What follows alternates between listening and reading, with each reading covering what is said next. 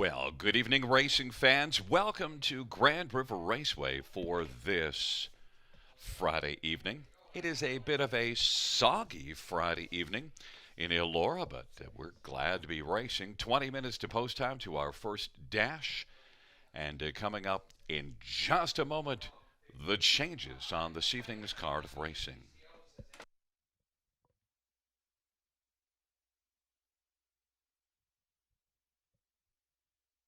Fans note in race number one, there are no changes, race one.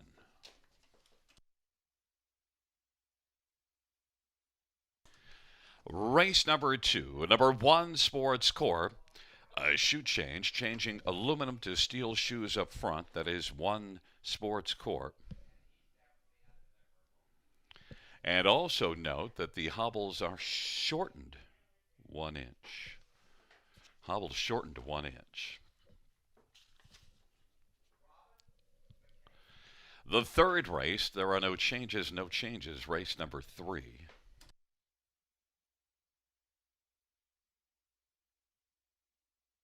In race number four and number seven, Premier Kane, bridle change, blind bridle to blinkers, blind to blinkers.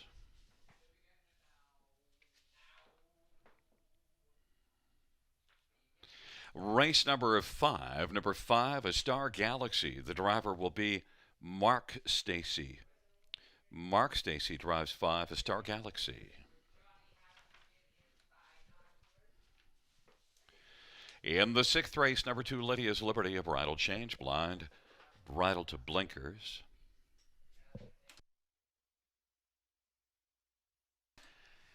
In the seventh race, there are no changes, race number 7.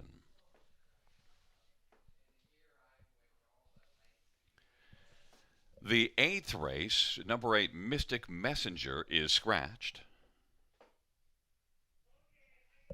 Race 8, scratch 8, Mystic Messenger.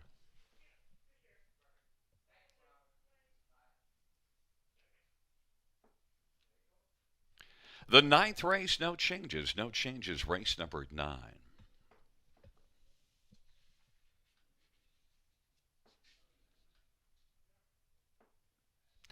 The 10th race, number 7, in the news. Well, the news is scratched. Race 10, scratch 7 in the news.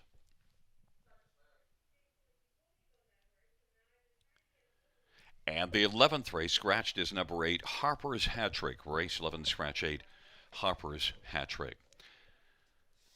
Once again, reviewing races 1 and 2. Race 1, no changes. And the second race, 1 Sports Corp, a shoe change, aluminum to steel shoes up front, and the hobbles shortened 1 inch. It is time to welcome in my co-pilot for this evening, Robert Reed Jr., our handicapping expert. And Robert, before you give your opening comments, I have a question, and I want to know, do you change your handicapping strategy for a sloppy track? How do you approach it for this kind of track that we have this evening? Well, Gary, it gets a little bit difficult because, I'm kind of locked into my picks because they're done ahead of time. Obviously planned a little bit for a sloppy track tonight, but we're going to have our opportunities to do some live capping throughout the card like we always do. So there might be some audibles called tonight with the weather, depending on what the track bias might be. But for now, we're gonna stick with what we got and make adjustments accordingly. All right, everyone, welcome to another fantastic Friday, albeit a little bit of a wet Friday evening of racing here at Grand River Raceway in Elora, Ontario. Of course, I'm Robert Reed Jr. I'll be your on-air handicapper. We had some luck on Wednesday night, picking 7 of 11 winners on the card. Don't expect that every time, though. We're going to do our best, though, to keep that going forward tonight. Hopefully have another successful night handicapping with Gary and all of you watching at home. But really, the big news today, folks, is that on June 30th, we are going to have spectators back at the track at Grand River Raceway, and we've missed all of you and can't wait to see you back at our beautiful establishment. It's going to start in this stage with 500 spectators, and I know there's been a lot of people reaching out to figure out how they can be one of the lucky ones to come back on our first night of having people back at the track on June the 30th. And we're going to have an online registration set up sometime early next week. So what you're going to want to do is you're going to definitely want to keep an eye on our social channels. So if you're on Facebook, connect with us on Facebook. If you're on Twitter, follow us on Twitter. It's at GrandRR, very easy to remember. And you're going to want to follow us there for updates.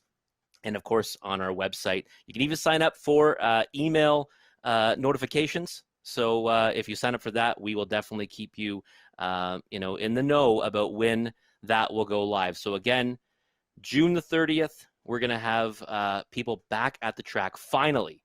I can't wait to see you all back at the races here at Grand River Raceway. 500 to start in this stage.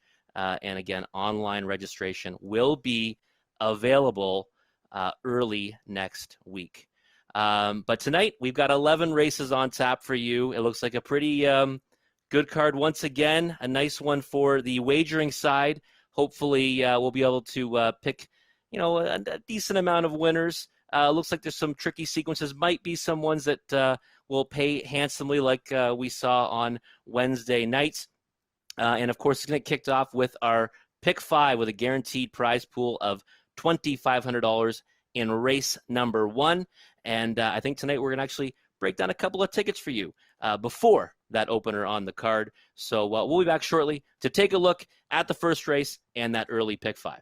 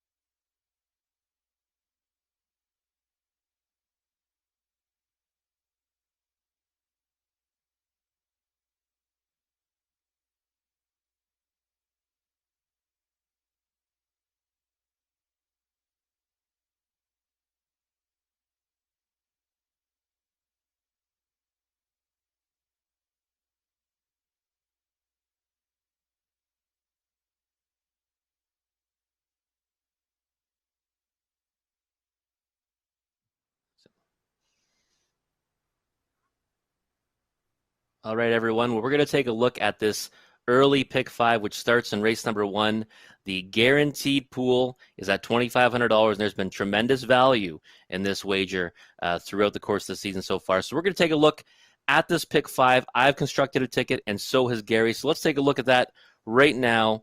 And we're going to look at, I believe, my ticket first. And in this opening leg, I have decided to go too deep with number 3, Quick Tour, and number 4, I'll Get My Own Thanks. I think that Quick Tour has not raced in a very, very long time. If this horse had raced in any kind of recency, I might have keyed this one, but I did go too deep in this leg because I think both those horses merit big time respect in the opener. In the second leg, I'm going a little bit deeper. And my top selection is hopefully going to bring us a price, and that's number 1, Sports Core. But I do think you need to use the inside 4. They look like the main contenders to me. We'll see what Gary thinks about this one. But I know he liked Sports Core last time, and I thought he raced pretty good until he made a miscue. So I'm going to go 4 deep in there, the inside 4 horses. And then my single is in race number 3, and I'm interested to see if Gary's following my lead there with keying St. Lad's Beat It. He was an impressive winner last time, winning 2 in a row. I think he's alone in race number 3.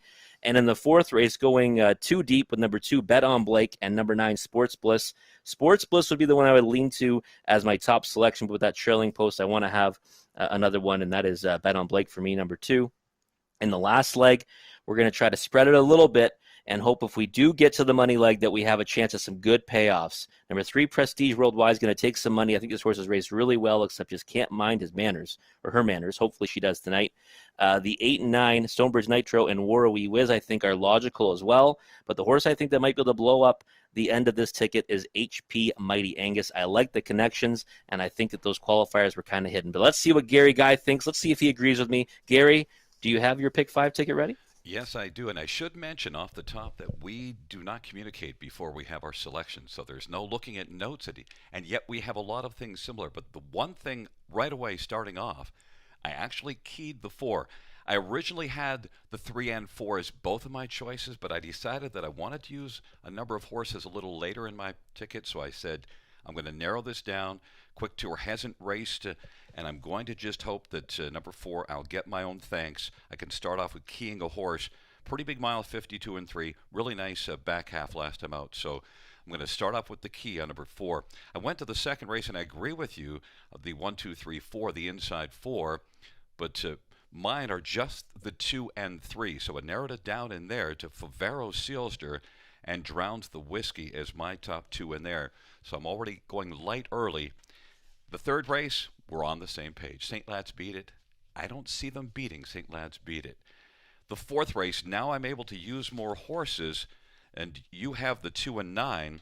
Well, my top 2 in that race are the 9 and 2, but I've also added the 4 and 6 to the ticket, so I have a 2, 4, 6, 9. I'm using a couple more horses in there, but I do like Sports Bliss and Bet on Blake, the 2 that you have. I've just added a few more horses because I went light early. And in the 5th race, the same thing where you have the 3, 4, 8, and 9, I understand. You have 4 horses in the 5th race, I believe I wrote that down. Is that correct?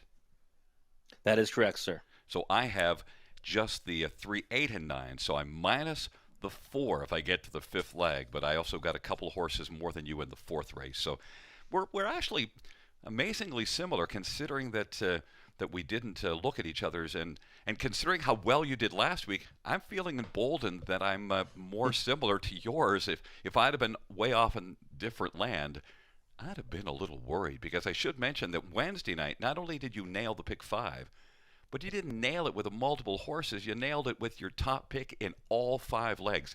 That's hard to do, Rob. It certainly is, and I hope everyone at home doesn't expect that every single night. But no, you've set the bar high. It was a fun night. You've set the bar up there. You have to keep it going now. Luck was certainly on our side, and hopefully, tonight we can turn in some winners again, and one of us hopefully will catch that pick 5. I mean, hopefully both of us do. We have an opportunity to do that with having similar numbers. But maybe we should now take a look at this opening race just a little bit further. And the reason why I actually, am using both horses, both Quick Tour and I'll Get My Own Thanks, is Quick Tour was a really, really nice 2-year-old back in 2019. He won a pile of races. He won 4 races, but did so impressively in so many of those efforts. So I know he's been off since 2019, and wow, that's a long time off for a horse to come right back and find the winner's circle. But I certainly think that off that qualifier, it looks like he might be, at least a shade of his former self. And if he is, he might be tough to beat. 7-5 on the board right now. I do think it is a 2-horse race. And that's why I also used Gary's single, number 4. I'll get my own thanks. This one here is my second choice. I didn't mind that effort at Mohawk Park last time. I prefer the effort 2 back actually here at Grand River Raceway. And I think this horse has enough speed that Colin Kelly can get this one off the gate early and probably sit a trip, because there's not a ton of speed from the inside too. So I'm going to go with Quick Tour over I'll Get My Own Thanks. And then in for third, Millennium Sealster. I like the way this horse has been racing. Last time didn't really have much of a chance from well out of it. Closed up to finish fourth, get a small piece of it. Came home in 28-1.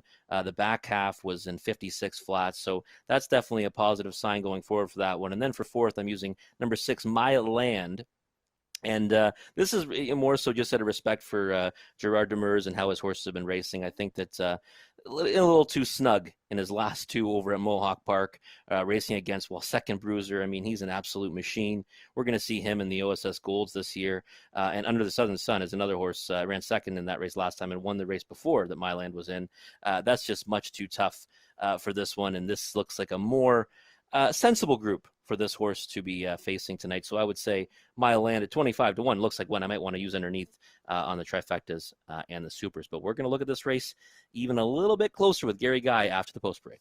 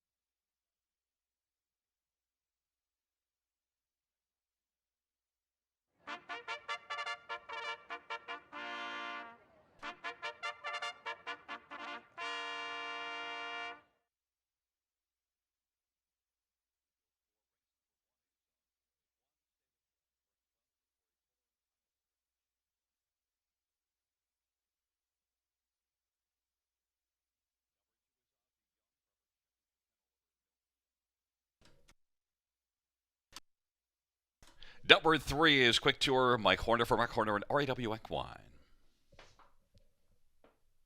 And number 4 is I'll Get My Own. Thanks, Colin Kelly for Dale Fritz and Michael Sawyer and Edward Aitchison and BWP Stable. Number 5, Millennium Sealster, Jay Harris for Emma Christoforou and Charlebos Christoforou. And number 6 is My Land, Paul McKenzie for Gerard Demers. Number 7 is Outlaw Badlands, Scott Calder for Sean Hyatt and Dwayne Soulaire. Field of 7 for race number 1, and right away, Rob, the tote board is telling the story that the top 2 horses, the 3 and 4, are getting all of the love in this one.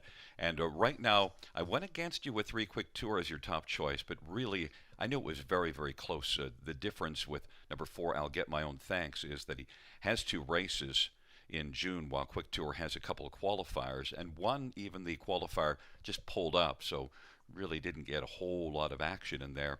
But I'll Get My Own Thanks on the track right now, and that was a good last half in that last race. I'll Get My Own Thanks with Colin Kelly, who's got some decent numbers, a 305 driving average this year. There's the 4, Rob. Yeah, I thought that he raced really well too on June 14th here at Grand River, finishing second to Century Grizzly. And, Colin Kelly should be able to get him off the gate. He possesses early speed, and we've seen that in his races when he doesn't draw too far outside. I think that, Gary, I think that it is a 2-horse affair, and I'm fairly certain of that. But, Quick Tour to me is just if he even is just a shade of his former self. I mean, these horses are going to be in for it tonight, because he had a really incredible 2-year-old season. And The question is that is he the same horse or not, and is he ready to go? Right off that long, he will definitely need a start or two to get to be his best, but he might not need to be his best in order to win tonight. Well, that's what I was banking on. And the fans are kind of thinking that way. And of course, when you're looking at those lines, when you look at that October 5th line, you do have to be noted that that was 2019. So all of last year off.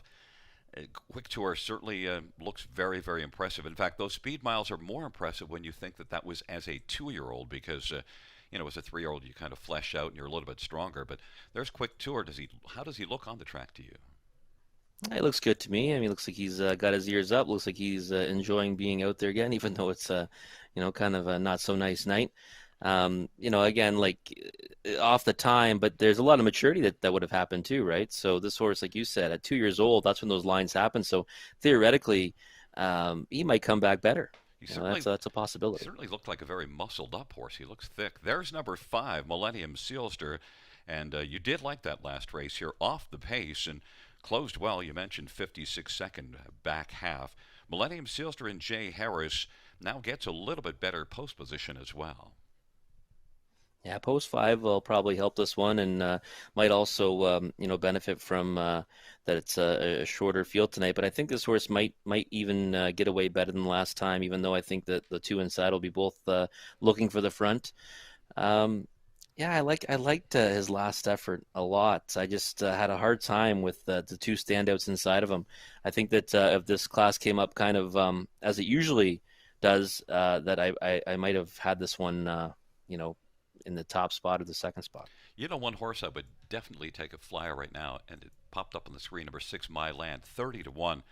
You get Gerard Demers. Now, also, My Land's racing in tough company, so the lines, yeah, they're not good, but look at the back half. They were solid. Yeah, I actually am shocked this horse isn't taking more money because, look at those horses he's been racing against. I mean, you can't fault him for finishing eighth beaten 13 and ninth beaten 7, second bruiser under the Southern Sun, Pembroke Legacy. I mean, these horses would all be 1-9 on here, even lower if our parimutuel system allowed it. So I'm a little bit shocked this horse hasn't taken more money. Third start off the bench and, might be ready for better things tonight in this softer group. There's number 2, Ozzie Young on the board, and I should mention, look at last year was 13 out of 19 in the top 3 and 3 out of 6 in the top 3 this year. This horse was pretty consistent last year, especially good early in the year. Ozzie Young and Robert Shepard was a little higher odds, now dropped down to 12-1. One thing I note, and I've seen this over the years, on a sloppy track, the gap between the best horse and the worst narrows. I think it levels the field, but oftentimes the odds don't reflect that, so there's a little more value in taking long plays on sloppy tracks. Do you agree with that or no? Oh, definitely. I think that, the sloppy track will sometimes also kind of mess with the track bias a little bit. We always see that speed carries here at Grand River, and sometimes I notice that when it's the off going, the bias kind of switches. So if that happens, we'll be in for an interesting evening because a lot of my selections, and I'm sure yours, are going to focus on that early speed because it does typically have so much success here at Grand River. I would have to think a lot of pick 5s would hit the floor, or at least you'd hold on for 4 of 5 if the 3 or 4 don't make it. That's got to be the key in this race. Look at the rest of the board. So number 4, I'll get my own thanks at 4-5, and 3 Quick Tour at 9-5. The field taking up positions. State of Play. Ozzie Young on the inside. Quick Tour, I'll get my own thanks, and Millennium Sealster in the center. To the outside, My Land and Outlaw Badlands. Field of 7, race number 1.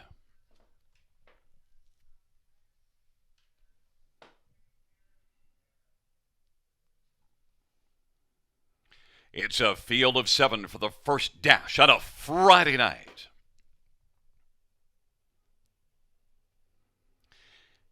There at the start of the round, Quick Tour, and I'll get my own thanks. And on the inside, State of Play and Ozzie Young, and they work their way on around that first turn. Quick Tour, able to flush out very quickly. I'll get my own thanks is on the outside. State of Play is racing third. Ozzie Young went off stride, and then on his back, Millennium Sealster, My Land, and Outlaw Badlands. But Quick Tour has got the front for Mike Horner as they race on to that opening panel. Leads at a couple of lengths.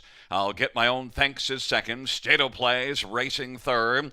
And then fourth is Millennium Sealster. My Land and Outlaw Badlands and back to Ozzy Young after that early break in stride. They race past the opening quarter, and it is Quick Tour who's got the lead. Quick Tour is in front, a length and three quarters. I'll Get My Own Thanks is racing second. State of Play is third as the field comes off the turn and heads on towards us with Millennium Silter positioned fourth. And then fifth is My Land, but it is Quick Tour who tours on past the halftime. We have a timer malfunction. Racing second is I'll Get My Own Thanks, and on they work their way into the backstretch. Quick Tour leads them on down the backstretch. I'll Get My Own Thanks is trying to move up a little closer, but is a length and three quarters back. There goes Millennium Silster to the outside. State of Play is racing on the inside fourth, and then My Land and Outlaw Badlands. It is Quick Tour as they hustle on to three quarters. There goes I'll Get My Own Thanks now and Colin Kelly and brushing alongside Quick Tour. And it is I'll Get My Own Thanks now has come on to take a lead ahead. On the inside, Quick Tour is fighting though. And there's stride for stride on the final turn. And it is Quick Tour on the inside. I'll Get My Own Thanks on the outside now has got a slim lead. And racing third, Millennium Sealster. And My Land is racing fourth, but I'll Get My Own Thanks on the outside now has got a slim lead. And now is drawing clear. It is I'll Get My Own Thanks to win. Quick Tour was second, Millennium Sealster third, and State of Play was fourth. The first race goes to number 4, I'll Get My Own Thanks. Rob, I got away with singling up on the pick 5 with number 4 in the first race. That's a great start for you, Gary. When you single early, it lets you go a little deeper later on. So, excellent job with that. We were right though. I mean, a 2-horse race, solid effort by Quick Tour. I mean, hasn't raced in such a long time. Missed all of last year, and maybe he's just going to race back into shape, and we'll see him better next time. But I'll Get My Own Thanks. Definitely the best horse this evening. There's no doubt about that. We also saw you might say, we talked about the speed possibly not holding up. That might have also been a bit of a factor. Quick Tour doing the work early, and they apparently went to the half in 58 and 2. And just on the sloppy track, might have made it just a touch easier for the 4 to get the job done. Yeah, we'll definitely have to keep an eye on that throughout the night to see if maybe the leaders tire a little bit more than the ones that follow. But that race kind of was a formful affair with I'll Get My Own Thanks winning it, Quick Tour running second, and the other horse that we thought was the clear third choice, Millennium Sealster, running third. So. Another one of my favorite angles, using the one, whether it looks like it fits or not, on the bottom of a ticket just because the half-mile track. You get a 50-1 State of Play to round out your superfecta. Yeah, not often you see 50-1 from the rail here at Grand River. That's pretty rare. Coming back in front of us, the winner of race number 1. It is number 4, I'll Get My Own Thanks, of 5-year-old Shadow Play, Brown Gelding, owned by Dale Fritz and Michael Sawyer and Edward Akeson and BWP Stables. Dale Fritz, the trainer. Colin Kelly is the winning driver. First win for I'll Get My Own Thanks. And the 5th win lifetime. 150, 5 and 4.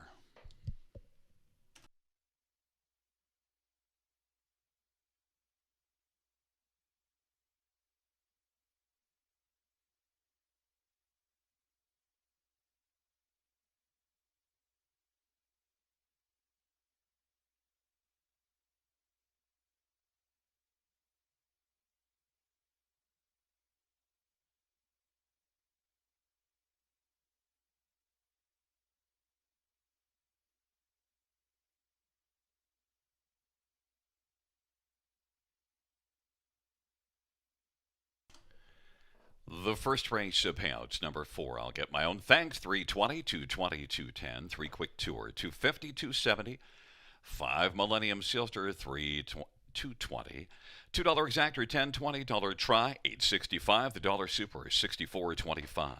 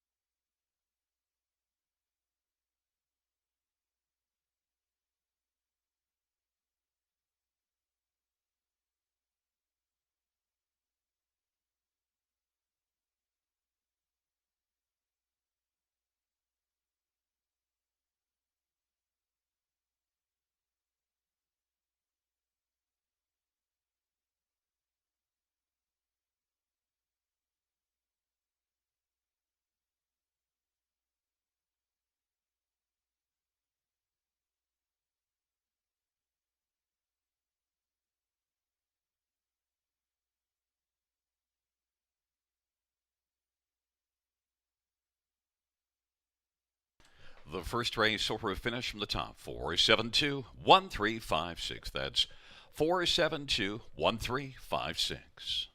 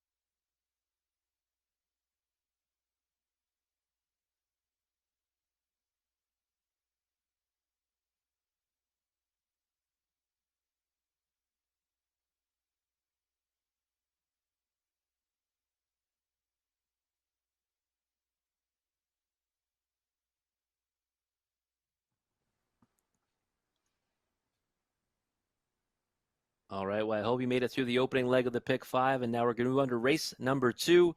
This is for horses and geldings, non-winners of 5,000 life. And well, you know what? I'm going to go to the rail horse here. I think this is a trickier race than the opener, that's for sure. I'm going to go to the rail horse here, number one, Sports Core. And I thought this one was making a really nice move on the last turn last week in his first start for Melissa Lamoureux. And, well, he made a miscue.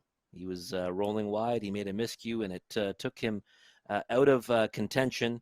But I do think that he was moving well and looked like he was going to get a piece of it before that happened. And that was from post 6. Now he's got the pole position, and I like the fact that the hopples are coming in an inch. So take an inch away off his reach with the hopples, which may have explained why he made that break in stride. And also, we've got a shoeing change.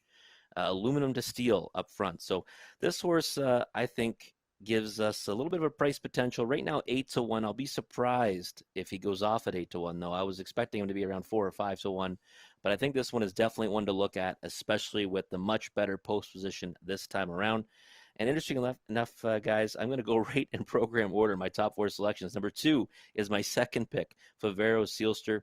I thought this one turned in a solid effort last time to be third to a dominant winner in Seize Control. First up a long way, also had post 6, like our top choice in his most recent effort, and now gets a better post position in post 2.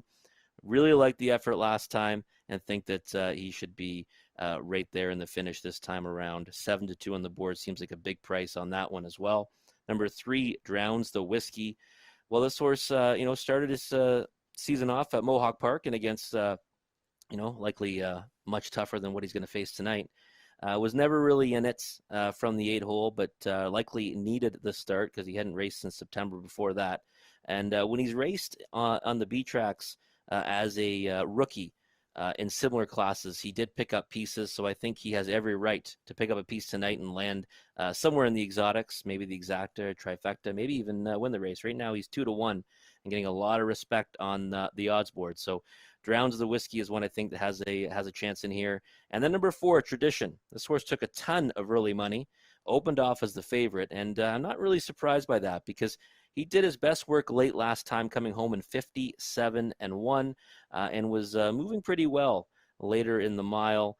And I don't think he had any hope of even getting a check just from where he was coming from. And I don't know if he was really all out as they approached the wire. He did his best pacing late, and that was his first start back since the shutdown. And I think we might see a better effort from that one tonight.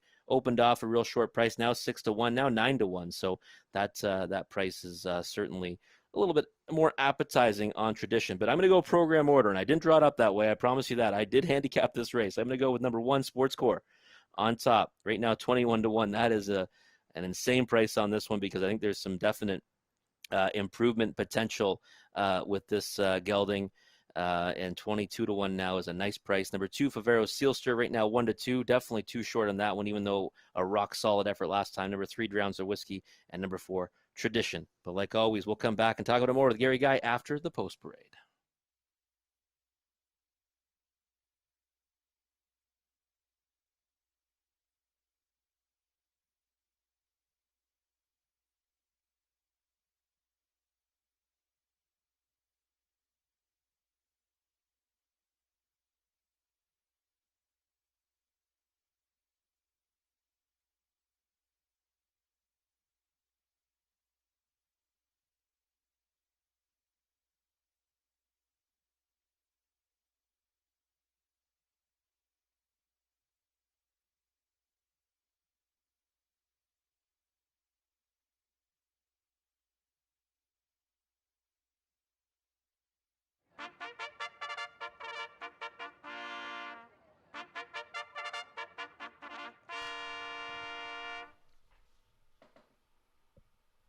Field for the second on parade. One sports core. Travis Henry for Melissa Lamoureux and a numbered company. Number 2, Favero Sealster, ramping down for Matt Dupuis and Keith Castle. Number 3 is Drowns the Whiskey. Jay Harris for Jack Moisev, Joanne Colville, and Nancy McNevin, and Bernard Murphy and Robbie Werwatmo Wibawa.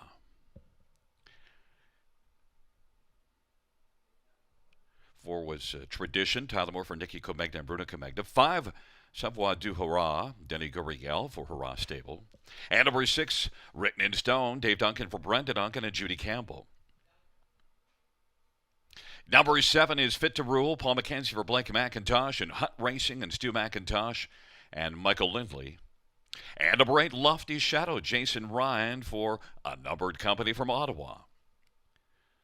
And number 9 is Nico Time, Dale Spence for Pat Hunt. Field of 9, race number 2. We'll get a quick look at this field just as we're getting closer to post time. We're going to start with number 1 Sports Core, and that is Rob's top choice, 15-1 on the board right now. And also one of your top 4, your 4 horses in your pick 5.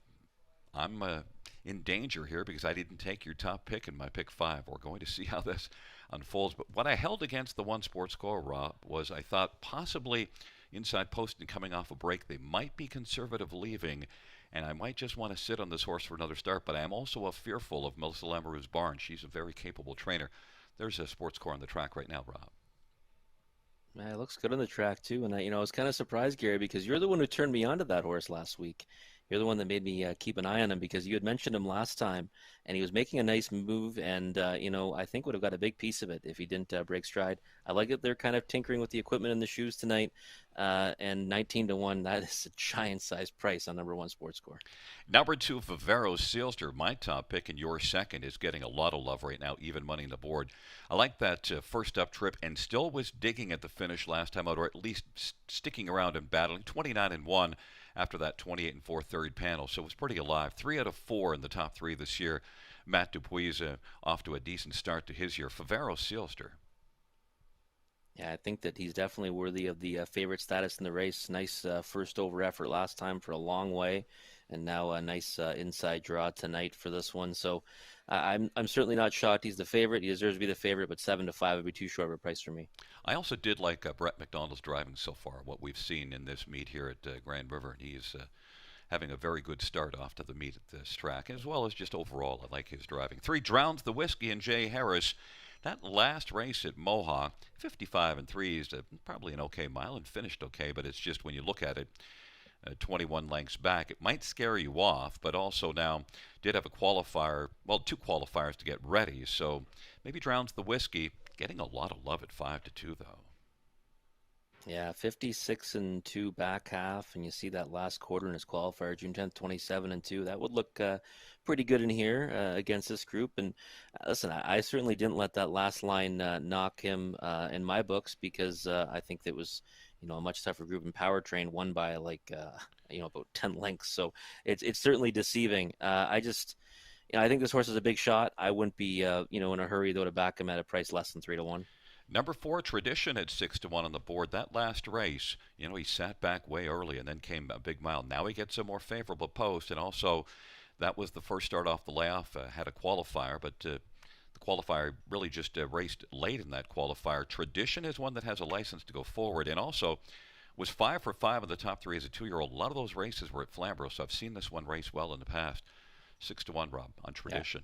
yeah, yeah. I like the way this horse finished his mile last time, and I actually made note of him because he did have the 7 hole and didn't really have any chance to get into it, and just picking up those positions sometimes is impressive in itself. And I thought this horse would be my my bust out horse in the race. He opened off as the favorite. Now he's starting to look more like that bust out horse at 6-1.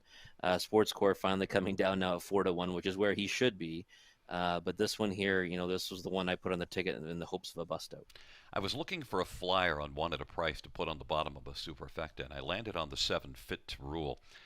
That last race at Mohawk wouldn't be a reason why you'd land on this horse, but qualified better than that last race, and also is one that has shown some other little flashes, like McIntosh Barn.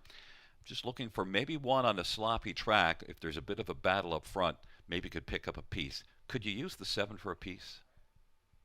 Oh, I certainly think so. I actually was struggling with putting this horse in my top four. If it was a high five race, he would be my fifth choice for sure. I think you just throw the last line out and you look back to that qualifier, that would certainly make him or make her competitive in here. So, 25-1 on the board, using underneath in the tries and the supers, I think is definitely something you can do. Your top pick sports core now has dropped back to a price that is more in line with what you thought you might see. Now has come down to 3-1 as attracting money. 2 for Vero Sealster is getting the Love at 9-5, and 3 Drowns the Whiskey at 5-2. In fact, now if you look at the tote board, it's kind of panning out the way you looked at the race. You have it 1, 2, 3, 4. So final thoughts on how the tote board is shaping up. Well, I wish Sports Core stayed at a bigger price, but I know that in our pick five tickets, Gary, he's going to be a bigger price because in the double, he's actually paying, significantly more than both the 2 and the 3.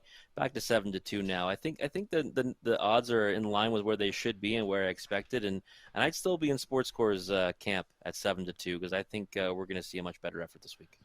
Well, and of course I can't be because that would take me out of the pick 5, and I wouldn't mind seeing a ticket stay alive at least through 2 legs. That would be an accomplishment.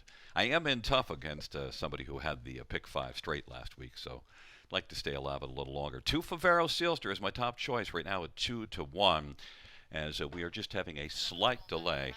There is number 7, Fit to Rule, who's gone back in the paddock for an equipment adjustment. Is there anything else at a price instead of the 7 on the bottom that you might, right now, just a final last thought on something to go with your top 4 if the race goes differently where one of those 4 isn't in it? Well, I guess, just going in line with a strategy that I usually look at when I like the 1 horse, to use the 9 horse, right? So the trailing position. If I like the 1, you're supposed to like the 9 underneath, and vice versa. If you like the 9, you need to like the 1. So Nico Time at 15-1 is one that I did give a long look to, and I certainly think that at a price of 15-1 or so, I would hope actually a little bit longer than that, to be honest, but might be worth using underneath on the ticket. Well, he was in the race early at Georgian Downs in that first one off the layoff, and then he kind of dropped back out of it. But his second start, he could have an excuse to go forward. As you mentioned, also, he might be able to get a trip following out the 1 sports core. Well, we're going to see if we can stay alive in the pick 5. You've got 4 horses, 1, 2, 3, 4. I'm a little more narrow there at 2 and 3 as I've tried to have more horses late. There is number 7, Fit to Rule. Coming back out on the track, we'll be talking to Rob right after the second race to see if we're still going in the pick 5 or if we got something that we didn't expect at all as we're getting close to post time.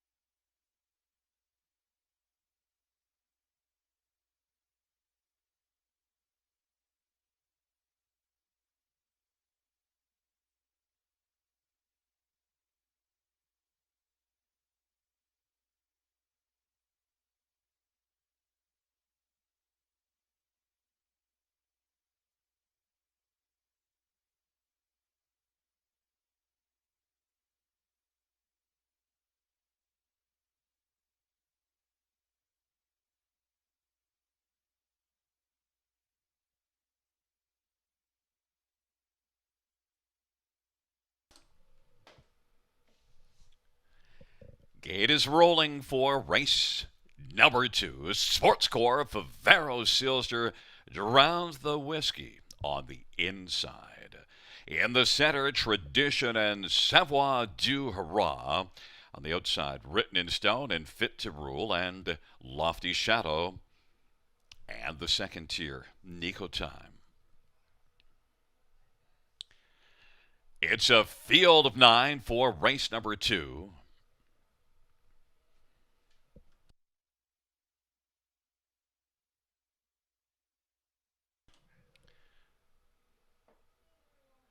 Field for the second race is gathering speed approaching the starts. And they're off of Favaro Silster, Sports Core, Savoir du Hurrah, and Drowns the Whiskey. They charge into the first turn. Sports Core with inside advantage, but Favaro Silster on the outside is going to clear to the front. Then Sports Core gets away, positioned in the pocket. Drowns the Whiskey is third. And then Savoir du Hurrah is on the outside fourth, and Tradition is fifth. Then it is back to Fit to Rule, and Nico Time, Written in Stone, and Lofty Shadow is trailing the field. Favaro Silster has got the lead for Brett McDonald. On past the opening quarter they go, and Sports Core is right there in a good spot, racing in the pocket. Drowns the Whiskey is third, and then fourth is Tradition, and to the outside, Nico Time now is starting to roll as the field comes off the turn, and they work on towards us, and then it is back to a Savoir du Hurrah and Fit to Rule. Then the trailing pair, Written in Stone and Lofty Shadow. Favaro Silster and Brett McDonald as they come on past the half. Halftime was reached in 58-3. Sports Core patiently racing along in the pocket. Drowns the Whiskies on the inside third, and then racing on the outside fourth is right now Nico Time, about 4 or 5 off the lead. Then it is back to Tradition, Savoir du Hurrah, Fit to Rule, Written in Stone, and Lofty Shadow. Favaro Silster's got the lead. Drowns the Whiskey to the outside is digging now. Drowns the Whiskey has moved up. Sports Core is there on the inside, racing position third. And then it is Nico Time and Tradition as the field is about to turn from 3/4, 127-3. Favaro Silster drowns the Whiskey on the outside. Sports Core has been getting the trip and is looking for the passing lane. Favaro Silster as they turn for home. Favaro Silster drowns the Whiskey. Sports Core up the inside, but as they come to the finish, Favaro Silster was sharp and able to hold on. Sports Core on the inside drowns the Whiskey, and fourth is between Tradition and Nico Time. 156-3 Favaro Silster. Nice mile. Brett McDonald, very good drive there to get the job done as the front end speed held up on the off track, Rob. Yeah, nice effort there from Favaro Silster. I really thought the Sports Core, wow, what a trip, and great job by Travis Henry to get him back down and pacing again before the start, and then landing the 2-hole. I thought that he was going to get up there to win. I think he finished second, though. This exacta, Gary's $30, so we should have got together and cashed this one. Yeah, it does look like it. We'll see the slow motion here in a second, but I did think that one was second. But and yes, 2, 1, 3, the top three. So you're right the way that you handicapped the race. Close for 4 between the 9 and 4. So you had the right idea of who might be the next best one if one was going to break into the top 4. I thought Brett McDonald just did a really nice job. 58-3 half with the mile going in 56-3. So even fractions. And he sits very relaxed in the bike. I like that. Oh, for sure, and he accelerated when he needed to when Drowns the Whiskey came to challenge, and Favaro Silster kind of broke that one's heart when he came on again, and just a nice job to hang on with horses on the inside and outside attacking to the wire. Yeah, Drowns the Whiskey might be one to watch next time out. He did a lot of the work in that race. I mean, he really did give a pretty strong effort. Oh, absolutely. And it did come in 2, 1, 3, 4. The inside 4 horses, the ones we thought were the main contenders, and they all finished that way. I got away with going a little lighter, just 2, 3 on the pick 5. So I've only used the winner in the first and 2, 3 in the second. Yeah, definitely advantage Gary right now in the pick 5. Yeah, don't hold on to that too long. Coming back in front of us is number 2, Favaro Silster. Three-year-old Control the Moment, Brown Gelding, owned by Keith Castle, trained by Matt Dupuis. Brett McDonald's the winning driver. It is the second win this year and the second lifetime for Vero Sealster. 156-3.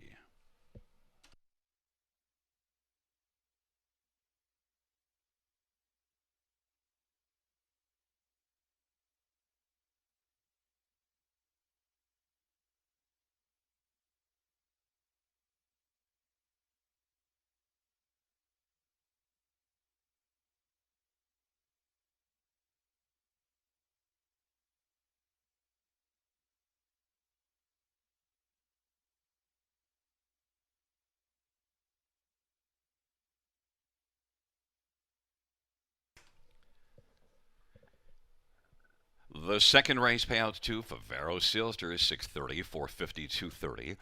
One Sports Corp, 910, 463 drowns the whiskey 230.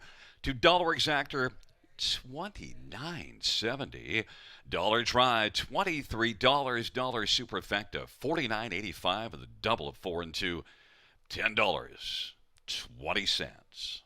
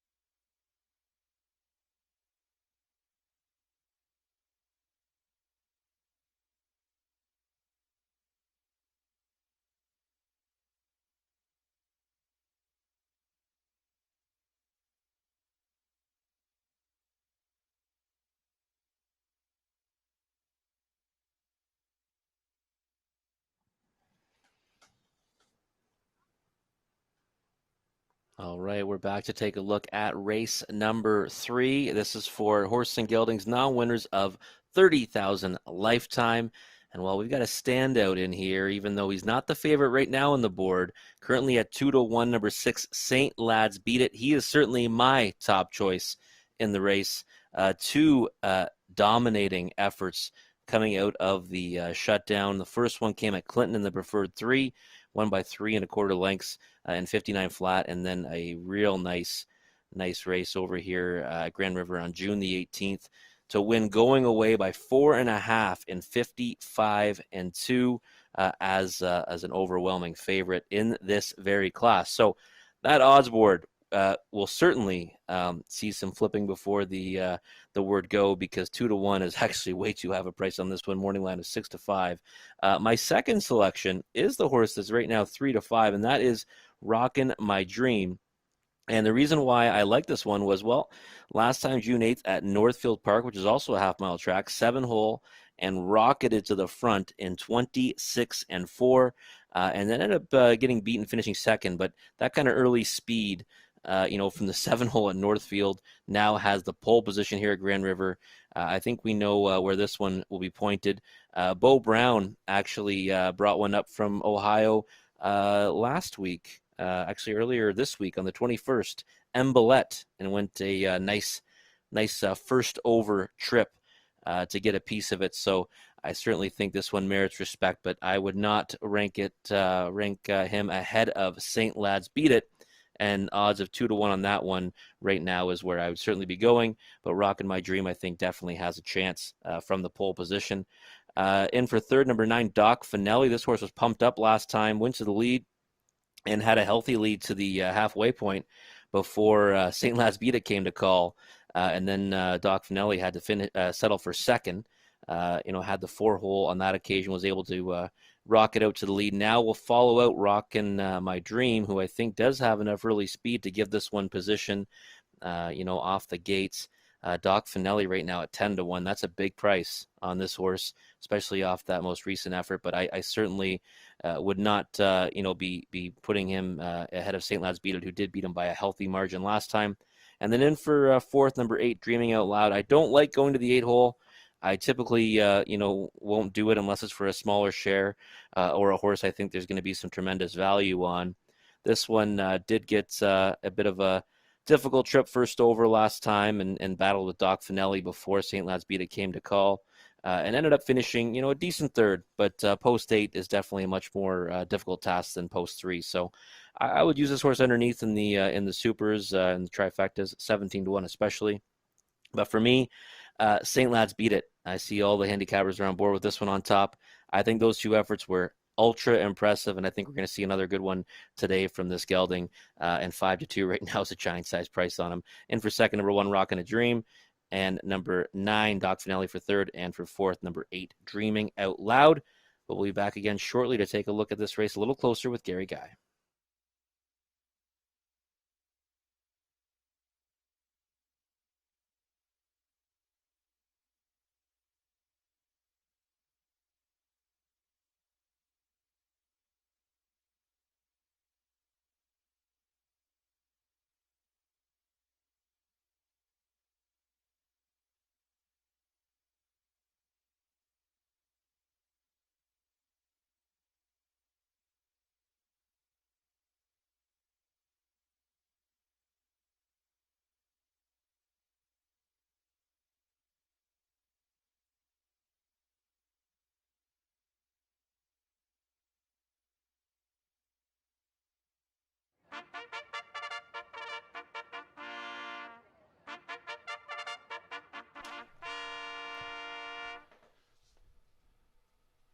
Field for the third is on parade. One is Rockin' My Dream. It's Bo Brown driving and training and owning. Number 2 is Boo's Little Jim. Childamore for Julie Walker and Darlene Carr. Number 3 is Shooting Straight. Dr. John Flanagan for Catherine Flanagan.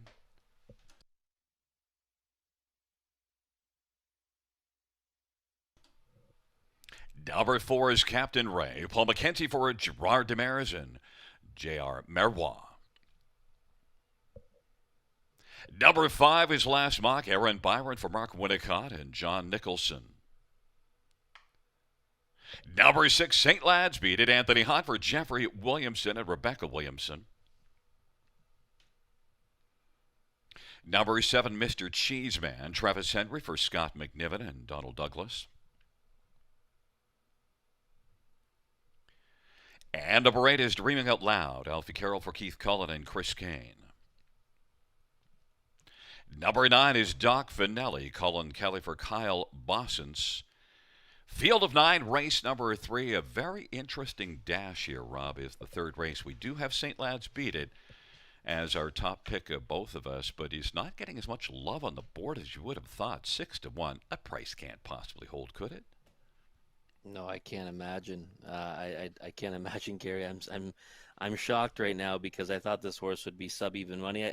Listen, Last Mock is one that I didn't use, and I mean I picked this horse to win in his latest on June 11th from the 9 hole when he made a break in the opening turn, but I don't see that horse being 4-5 in here, especially off the last 2 efforts by St. Lads beat it. Looks good on the track, and I'd be shocked if this horse goes off at anywhere higher than 7-5 or 8-5. The other thing about 6 St. Lads beat it, I'm not afraid of this one not being able to leave from post 6 because last week did the work circling up 3 wide, was back early, and yet still was just dominant. You got 5-1 right now. Rob doesn't think it'll hold, and I'm inclined to agree. But down on the inside, number 1, Rockin' My Dream, is currently 9-2 on the board. You picked up that 26-4 opening panel. Only one top 3 in 7 starts this year, but this one was good last year. How does Northfield compare in terms of speed to a Grand River? How do you compare the 2 speed marks? Well, Northfield's a pretty fast track, so I wouldn't ever look at it and say, well, this horse is going much faster miles. It is a very fast half-mile track. But I do, like the speed this one showed last time, and also I like to look at how a barn's doing, and Beau Brown had one that raced pretty well up here earlier in the week at Embelette. So that's why I actually went to this one underneath. I was happy to see this one take early money, and now this one, of course, now floated up to 5-1. Now, after St. Lads beat it as our top pick, we both have a very different look at this race. I did use 5 Last Mock as my second choice, and I'm a little afraid of him. If you go back and you look at those March lines, you see this one racing in a similar company did to this, just maybe a touch below, but very close, and had one race, post 7, parked to pass the quarter and still was able to wire the field and win by 3, and then also a second beat in a length after coming first up in the class. The only one that wasn't good was after suffering early interference, and so you could make an excuse for that. There's a lot to like with Last Mock, except for those breaks last time out, but a lot of love. They're looking past those breaks at 9-5 right now, Rob. Yeah, I mean, I think the price is too short. The horse certainly merits respect. How is he going to handle the off-going is one question I have, and I guess really though post 5 is probably a lot better spot for this horse than the trailing post. He got into tight quarters last time when he made a break, but he also hasn't raced since June 11th. So St. Lads beat it. It's had a start since then in a dominant one. I still don't understand the odds board, but we might say after this race we should have followed the money. I'll tell you where there is some value right now. Captain Ray at 13-1 because you get Gerard Demers. Look at the trip this one went last race. Parked every step and still was strong in the third panel. 56-3 mile. Captain Ray at 13-1. If he doesn't drop, he's definitely offering a price. Yeah, he kept on improving positions in that one, and the 7 holes a very difficult spot here, and like you said, he did go parked a long way. It was overland journey pretty much the whole mile, so I don't mind this horse at 13-1. I have no issues actually betting any horse out of the Demers barn at that kind of price. And he did win here June the 11th. Very impressive victory there as well. So you also get that sharp line to see just 2 back. Yeah, absolutely. It's certainly one that you kind of scratch your head and say, how could a horse be, just 5-2, 2 starts ago in a similar class, win easily, and now you're getting 12-1 on him in here. And you did like 9 Doc Finelli. We had that one on the screen for a moment, and I remember your line. If you like the 1, you like the 9 Doc Finelli. Certainly shows the gate speed. Kyle Boston's barn, Colin Kelly, so strong connection. So right now 9-2 on 9 Doc Finelli. A very interesting field.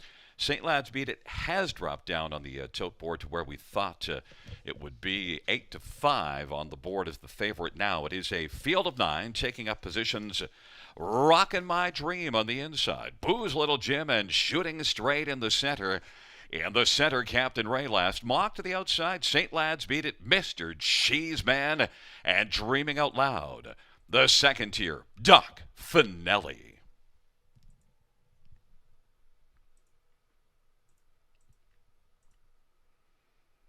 Field for the third race.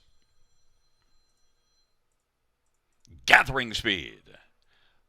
They're at the start of the rough. Captain Ray will leave well. Rockin' My Dream on the inside. Last mock, St. Lad's Beat It. Doc Finelli gets out well from the second tier on the back of Rockin' My Dream, who's got the early lead. Rockin' My Dream. Captain Ray marches to the outside. Doc Finelli's to the inside third. Last mock is racing fourth, and then St. Lad's Beat It was relaxed way in the early going to race position fifth.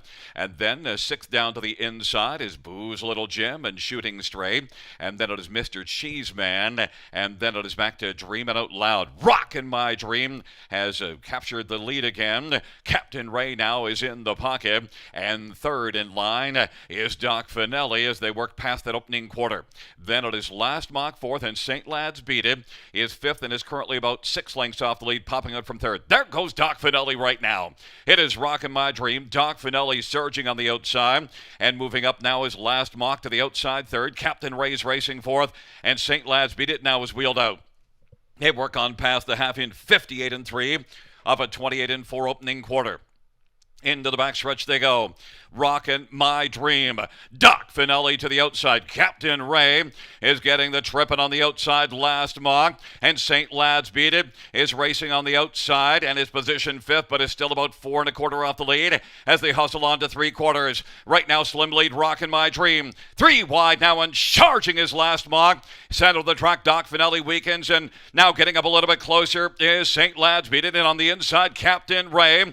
It is Rockin' My Dream. Rockin' My Dream. Last mock. Here comes St. Lad's Beat It now. 3/4, 1:27-1. St. Lad's Beat It and Last mock. St. Lad's Beat It and Last mock as they come on down the stretch drive. St. Lad's Beat It as they come on down the stretch drive has beaten Last mock. Up the inside, Captain Ray. And then it appeared to be Doc Finelli, a mile of 1:56 flat. St. Lad's Beat It dropped down to 3-5 at the end of the betting cycle, Rob, and lived up to the heavy billing. Yeah, he's just too good right now. I mean, it was a wide move, followed Last mock. I mean, got a decent trip, all things considered, but nice acceleration off that turn, and I think he had some more in the tank there as he won by a length over Last mock. The money wasn't wrong. Last mock turned in a great effort, just ran into a buzzsaw in St. Lad's Beat It. Well, we did have a difference of opinion there, and every once in a while, if I get something right, I want to boast because it's not that often. 6-5-4 were my top three, and we're looking at 5 Last mock and 4 Captain Ray. And then if you like the 1, you got to like the 9. Both of them are in close for fourth. It looked like it was 9 Doc Finelli. Mile of 1:56, but my oh my, St. Lad's Beat It and Anthony Hahn also showed a lot of patience early. I like that. Oh, absolutely. He was trying to leave out. If you saw off the gate, he actually asked him a little bit off the gate, then saw everyone was leaving inside and took him down to the combs and just sat behind them. Real patient steer and a real nice horse right now. St. Lad's Beat It. And you know what, Gary? You must have sharpened your pencil because it's Gary 3 and Robert 0 really so far. Well, it took such a beating last week. It was kind of like when the Islanders got beat down to Tampa Bay. They had to come back and play well the next game because it was 8-0. I was embarrassed on Wednesday night, so I'm trying to come back. But listen. All right. Well, now the handicapper I need to try to. The handicapper shouldn't expect absolutely. this to continue because I know that you're the Tampa Bay in here. Well, we'll see what happens tonight in that game too. 6-5-4-9 is the top 4. Coming back in front of us is number 6, St. Lad's Beat It, a 4-year-old Mach 3 bay gelding owned by Rebecca Williamson, trained by Jeffrey Williamson. Anthony Hahn with the winning drive. 3 for 3 in the win column this year. St. Lad's Beat It, mile of 1:56 flats.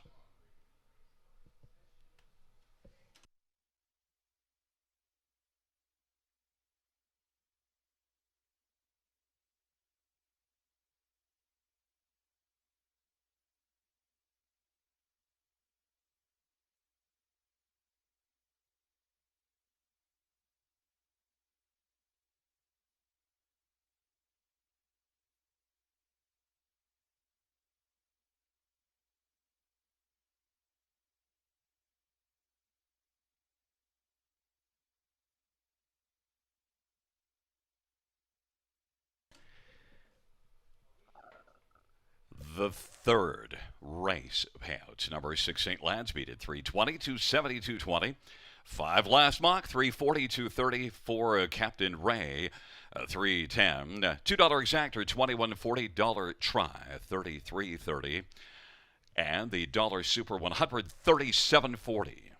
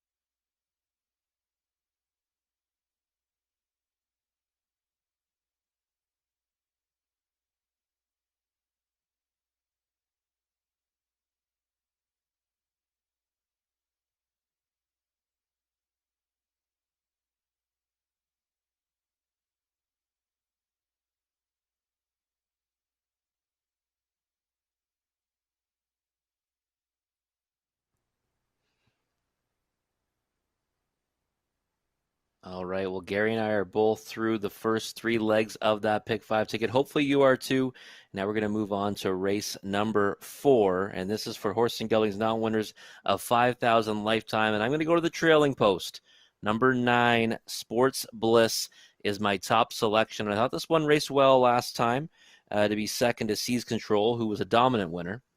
And right now, currently on the board at 3-1. That's probably about the right price on this one. I wouldn't be surprised if he drops a little bit lower before post time because it was a decent effort where he moved 3 wide early and he got around the horses he was actually racing against because Seize Control kind of got away from him. And this horse did throw in a nice late kick of 28-3 in the final quarter and a back half of 57-2. I like the way this one raced.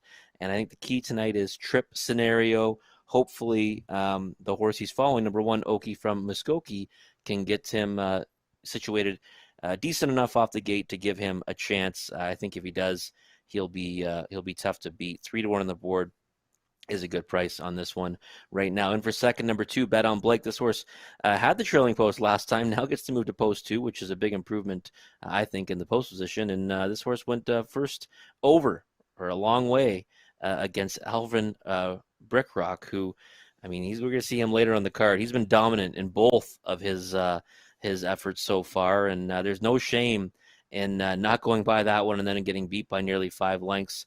Bet on Blake, certainly one you want to keep in mind in here, especially getting his nose on the gate this time. And Scott Coulter back in the bike. He drove him last time and had him, in contention throughout before settling for that runner-up spot. In for third, number 4, Primetime Sealster. Left out well from the same post last time, made the early lead, then got looped by Seize Control.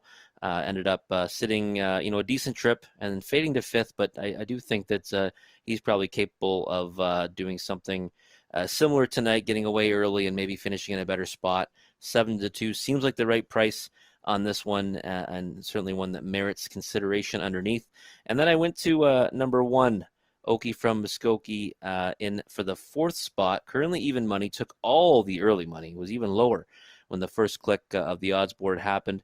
This one had the 8-hole last time at Georgian Downs, and it shows making a break, in the stretch. Definitely made a break at the wire. The first break, though, in the card was more of a bobble, I would say. I'm going to say the first one was more of a bobble, and then certainly did get clearance, was closing really well at them late.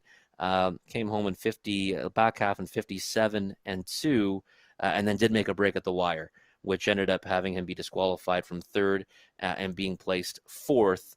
I certainly think that it was an impressive performance, all things considered. However, what happens tonight? He's got rail control.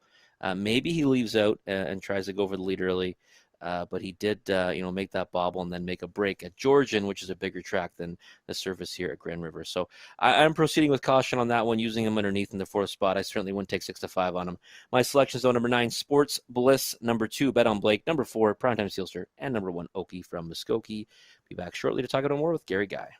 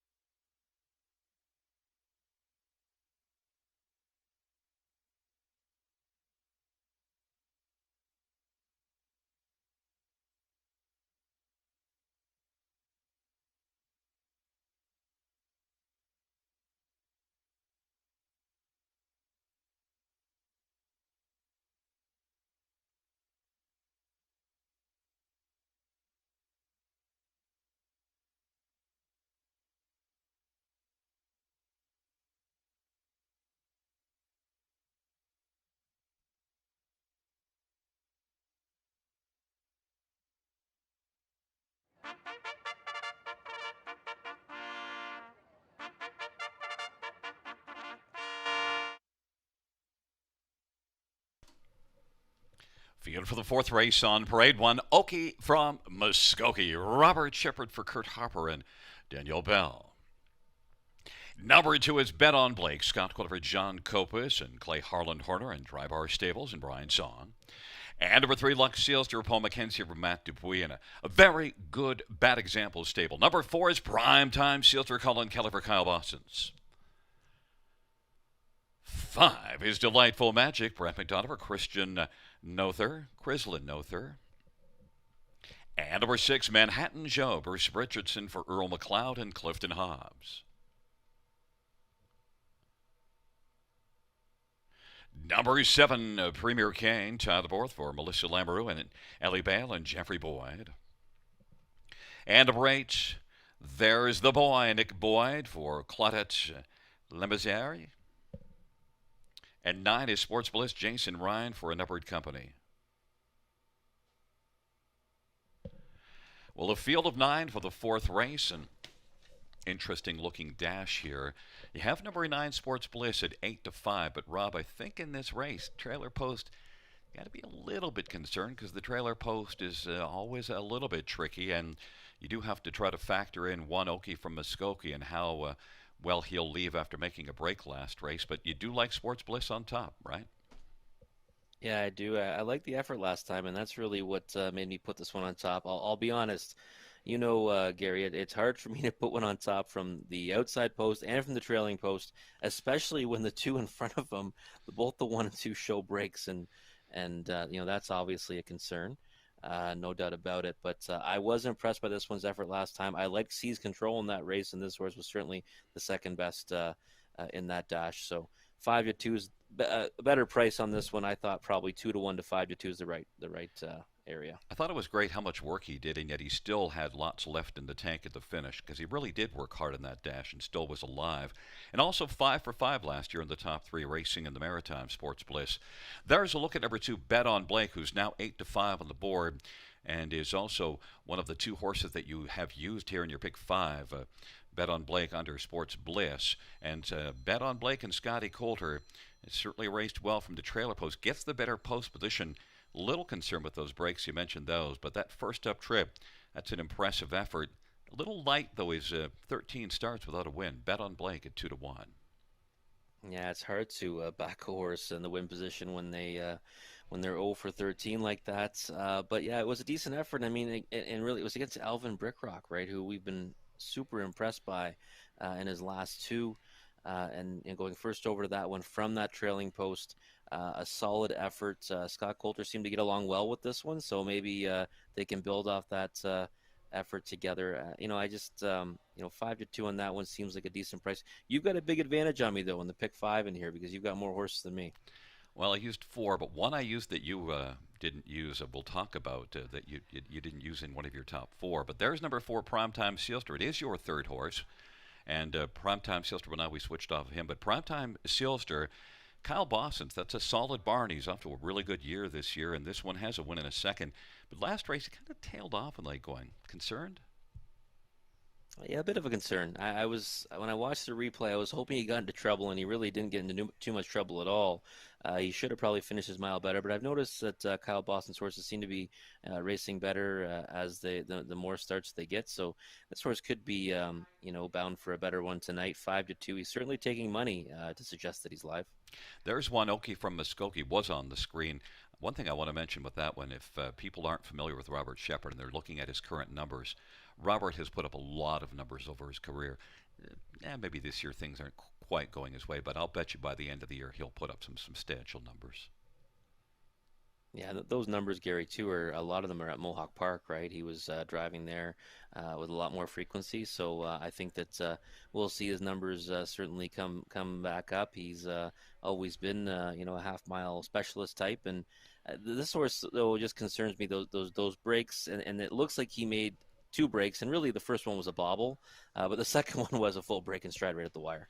The one I'll touch on that I used that you didn't was number 6, Manhattan Joe, the qualifier, back half of 57-1.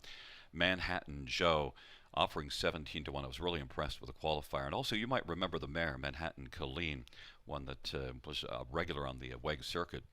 Nice earnings, about 450,000 in earnings. Yeah, an unknown quantity, right? First time starter. Sometimes you want to take a shot on those in races where other horses have, been beaten in all or most of their starts. 19 to 1 on the board. I thought this horse would take a little more play, but if you get this one down, Gary, it'll be a big bust out. Well, that would certainly help the pick five pay.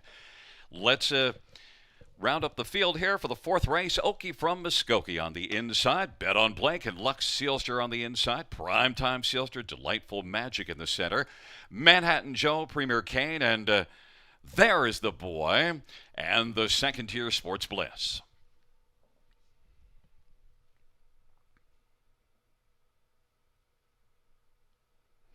Field for the fourth race is at the start. And they're off, and Bet on Blake will get out well. Primetime Sealster. Then it is Oki from Muskogee. Lux Sealster, Premier Kane, Sports Bliss from the second tier. And now coming on to take over fifth is Lux Sealster. Sports Bliss is sixth away. Then seventh is Delightful Magic. Then it is back to Manhattan Joe. And there's the boy, but Bet on Blake is able to grab the early lead for Scotty Coulter. Primetime Sealster is second. Premier Kane is racing third, and Oki from Muskogee is fourth. Then Lux Sealster fifth, and Sports Bliss is back in sixth right now, and a lot of work to do. Then Delightful Magic, Manhattan Colleen, and Premier Kane. But Bet on Blake, the 7-5 pick right now, as the field works on around the turn, has a lead of a length and a half, and Primetime Sealster is racing position to second as they come off the turn. Premier Kane to the inside. There goes Oki from Muskogee to work first over. And Sports Bliss gets a moving up, advancing second over. Trippin is fifth, and now has come on to take over fourth. And Premier Kane is fifth to the inside. 58-2 is the halftime. And then it is back to Lux Sealster and Delightful Magic, Manhattan Joe, and there's the boy. On down the backstretch they go. Bet on Blake has the lead. Bet on Blake. Oki from Muskogee is working a little bit closer. Primetime Sealster to the inside is third. And racing position to fourth is Sports Bliss, who's about three off the lead, but is digging. Now Oki from Muskogee has come on and stuck ahead in front. 3/4, 128-4, but Bet on Blake hasn't thrown in the towel and is battling gamely on the inside. Oki from Muskogee and Bet on Blake. And then Primetime Sealster and Sports Bliss, and now digging late. Delightful Magic as they turn for home. And then Premier Kane and Manhattan Joe on down the stretch right they come. Oki from Muskogee, Bet on Blake. Bet on Blake and Oki from Muskogee. Oki from Muskogee at the finish gets the job done. Bet on Blake appeared to be second, charging late. Sports Bliss and Primetime Sealster 158 flat. Post position one, and Robert Shepard get the job done, Rob. Yeah, it was an impressive effort there, first over, and I guess certainly it was a solid enough effort at Georgian Downs last time, and this time handled confidently by Robert Shepard. A couple dicey moments there when Bet on Blake battled back, but still a nice first over effort right there, and full marks for this horse. Yeah, one thing I've noticed about Rob's driving over the year, he's not afraid to come first up with a horse, and he can often move first up and keep the horse going. Yeah, you know what? If you got the best horse in the race, first up's not a bad spot to be because you don't get yourself in any trouble. And I think that was the game plan with that one because, again, confidently handled. And I thought maybe Scotty was playing possum a little bit on the front end, but then he tried to fend this one off and just couldn't do it. Four horses, though, kind of all hit the wire, pretty close to each other. But the doe goes to Oki from Muskogee. And we like the 9, and we thought, well, if we like the 1, we can definitely like the 9. And Sports Bliss really didn't get away all that well. No, it was it was actually Jason Ryan did a good job to kind of pick which one was going to leave out. But sometimes it's tough for these horses to accelerate from the second tier. He chose the right horse and Bet on Blake, who shot out for the lead, but Sports Bliss just couldn't stay on that one's helmet. We did wind up with 1-2-9-4. Sports Bliss was able to close late to finish third. But coming back in front of us is one Oki from Muskogee, a 4-year-old Varadero Hanover Bay gelding, owned by Daniel Bell. Kurt Harper is the trainer.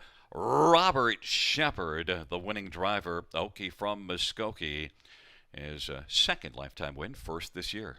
158 flat.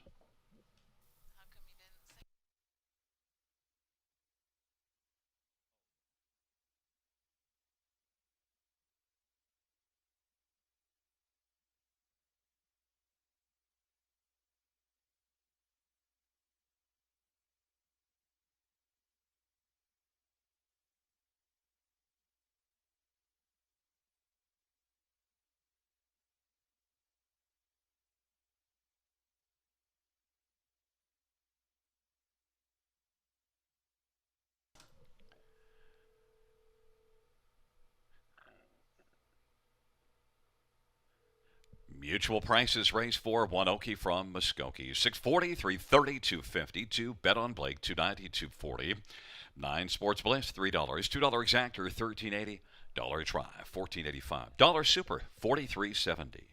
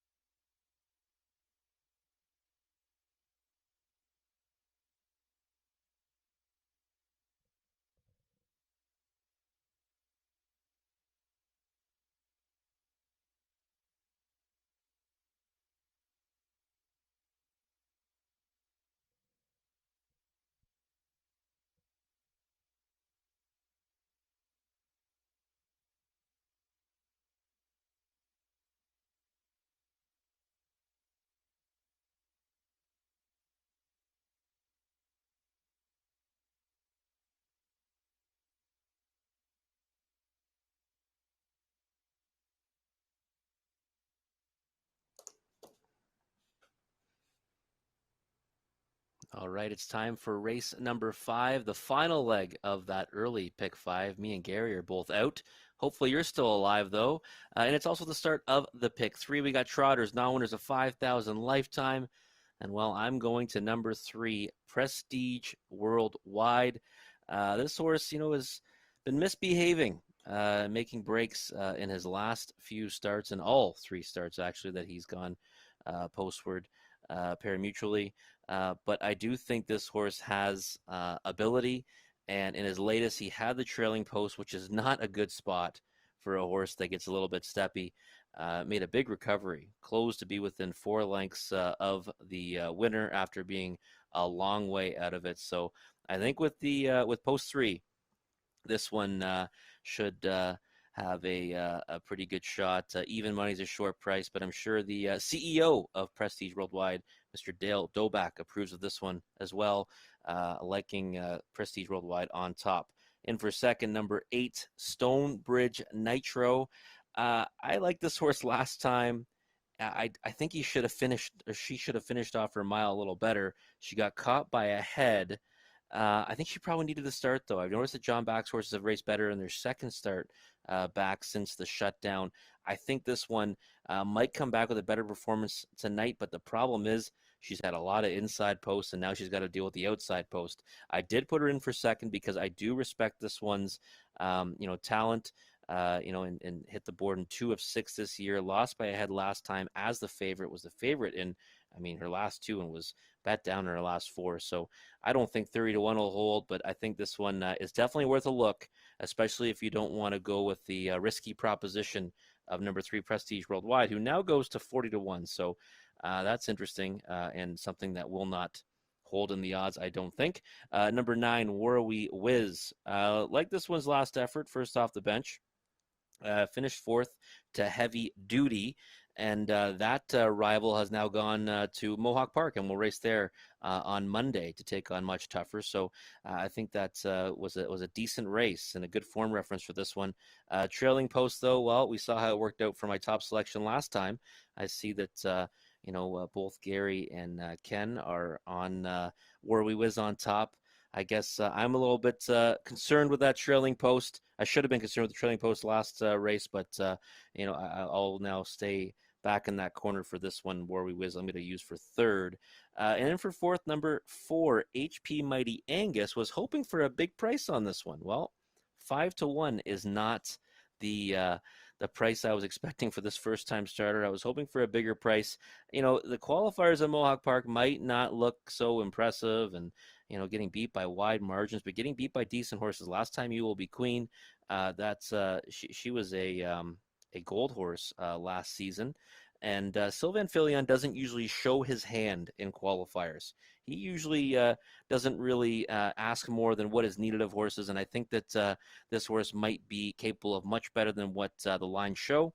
And at 5 to 1, I'd say there's certainly some money in there to suggest that this horse might be live at first asking tonight. So number 3, Prestige Worldwide is my top selection, now 8 to 5. That's more in line with the price the horse should be. Number 8, Stonebridge Nitro, 5 to 1. Yep, that's where I had this one. Number 9, War We Whiz at 4 to 1. And number 4, HP Mighty Angus, who I hope floats up from that 6 to 1 price. But we'll talk about it further with Gary Guy after the post parade. Fans note a couple of driver changes. Race number 7, we have 2 driver changes. Travis Henry will drive 6 pace of Hanover. Travis Henry drives 6 pace of Hanover. And in the 7th race, 7, Latte Sealster, Jay Harris. Also in this race, note that it is Mark Stacey driving 5, A Star Galaxy.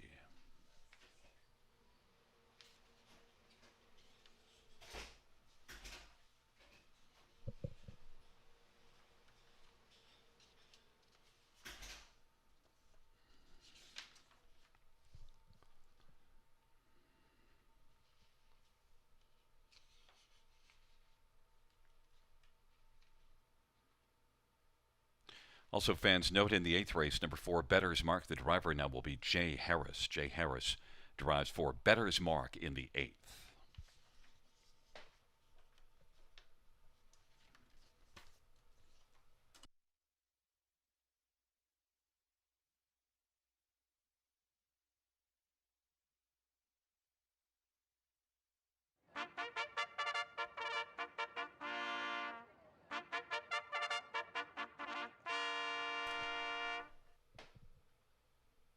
Field for race number 5 on Parade 1, Infinity Stone. Brian Dunbar for John Sinclair.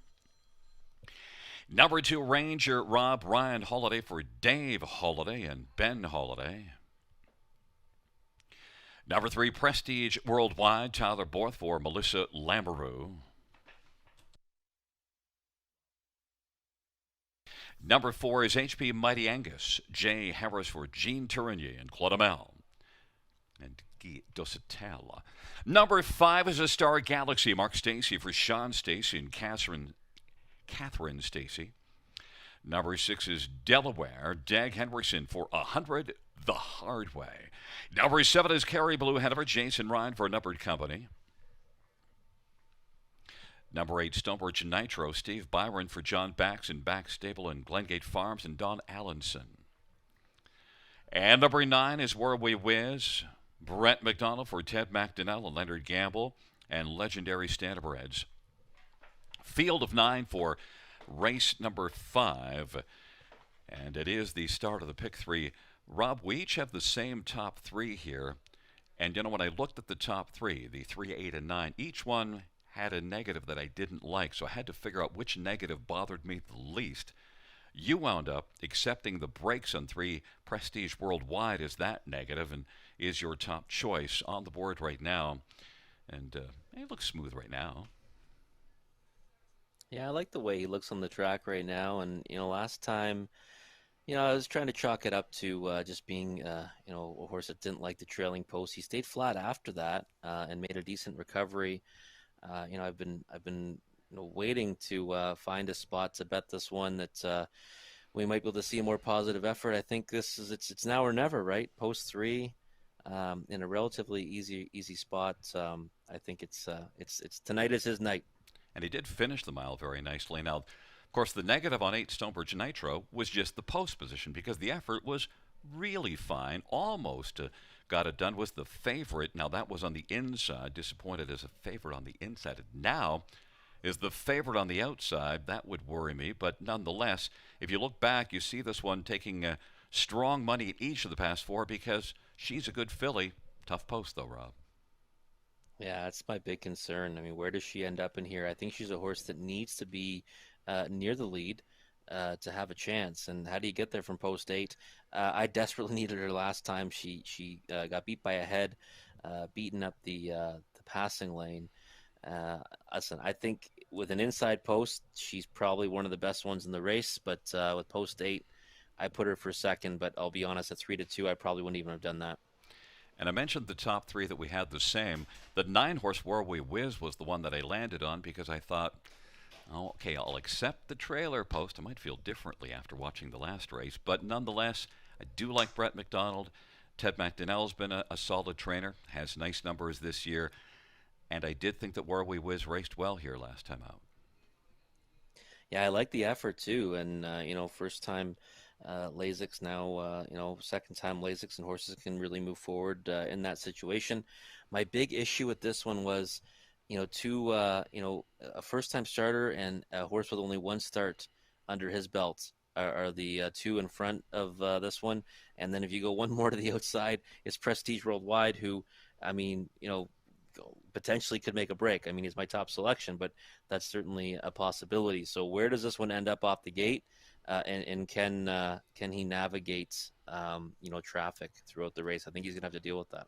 Now, if it's not one of those 3, you thought that maybe HP Mighty Angus might have a shot. You get 17-1 right now.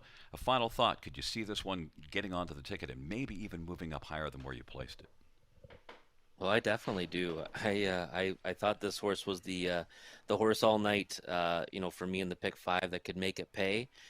Sylvain Filion is someone who I watch very carefully in qualifiers because he doesn't really ask for it all out of them in those situations because there's no money involved, right? So you don't have to, try to finish in the further up positions. I think this horse has a lot more left in the tank than what he's shown, and 13-1 now is still a solid price. The one that scared me at a price that might stick onto the ticket was 7 Carrie Blue Hanover, just because only beaten 2 lengths third last time out. Tough post, but that was post 7 last time out as well. Field for the 5th race taking up positions: Infinity Stone, Ranger Rob, and Prestige Worldwide on the inside of the center. HP Mighty Angus and a Star Galaxy. And then to the outside, it is Delaware, Kerry Blue Hanover, and Stonebridge Nitro. The second tier, War We Whiz. Field for the fifth race. At the start of the rough, Prestige Worldwide moves out smoothly from post 3. Stonebridge Nitro is leaving from an outside spot. And Delaware, as the field works on around the turn. Then positioned to fourth is a Star Galaxy. Then it is Infinity Stone. And back to Ranger Robin, Kerry Blue Hanover. Second from last is War We Whiz. And then back trailing the field is HP Mighty Angus. But right now, Prestige Worldwide has moved right out to a lead of about a dozen lengths. Stonebridge Nitro from post 8 was able to get away second. Delaware is racing third, and then positioned fourth is a Star Galaxy. Infinity Stone is positioned fifth as they race their way on around the turn. 28-1, a sharp opening quarter. Prestige Worldwide and Tyler Borth is doing all the heavy lifting early, and racing second. Stonebridge Nitro is trying to stay reasonably close as they come up to the half, and then racing positioned on the outside, grabbing third now is a Star Galaxy. Then Delaware is racing fourth, but this field is spread out. Infinity Stone is rolling 5, and then to the outside as they work their way into the back stretch is Ranger Rob, and then it is War We Whiz and Kerry Blue Hanover.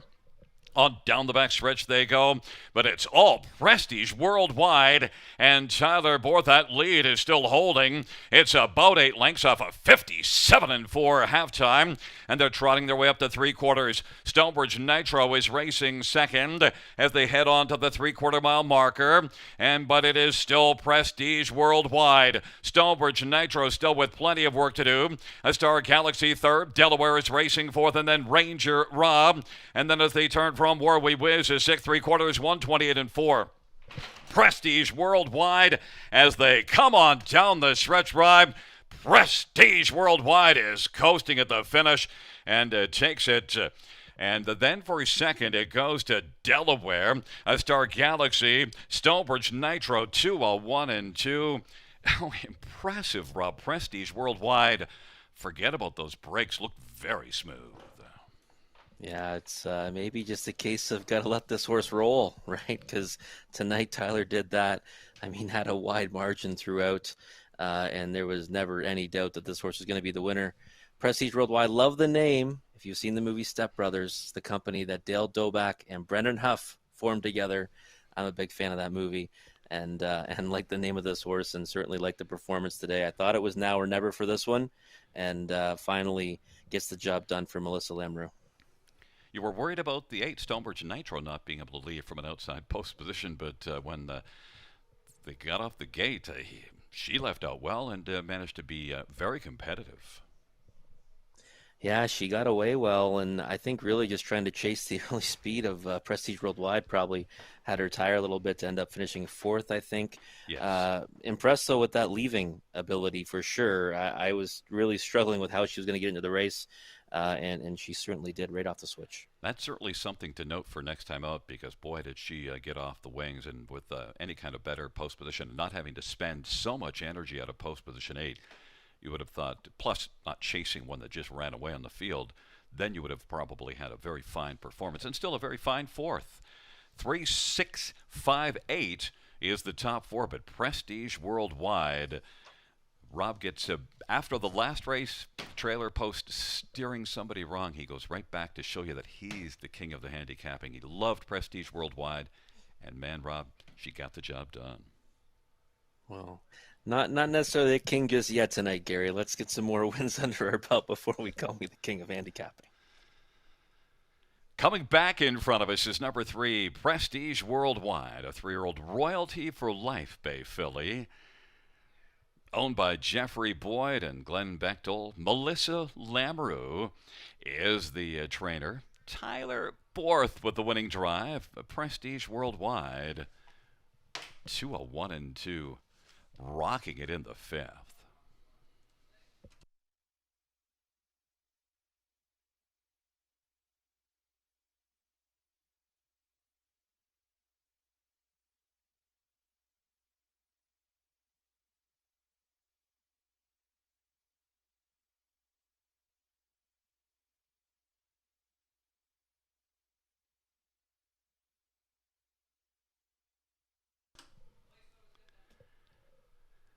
The fifth race payouts 3 Prestige worldwide. 590, 360, 340, 6 Delaware, 1720 and $7. And 5 Star Galaxy 440. $2 exactor, $134.60. Try, $251.65.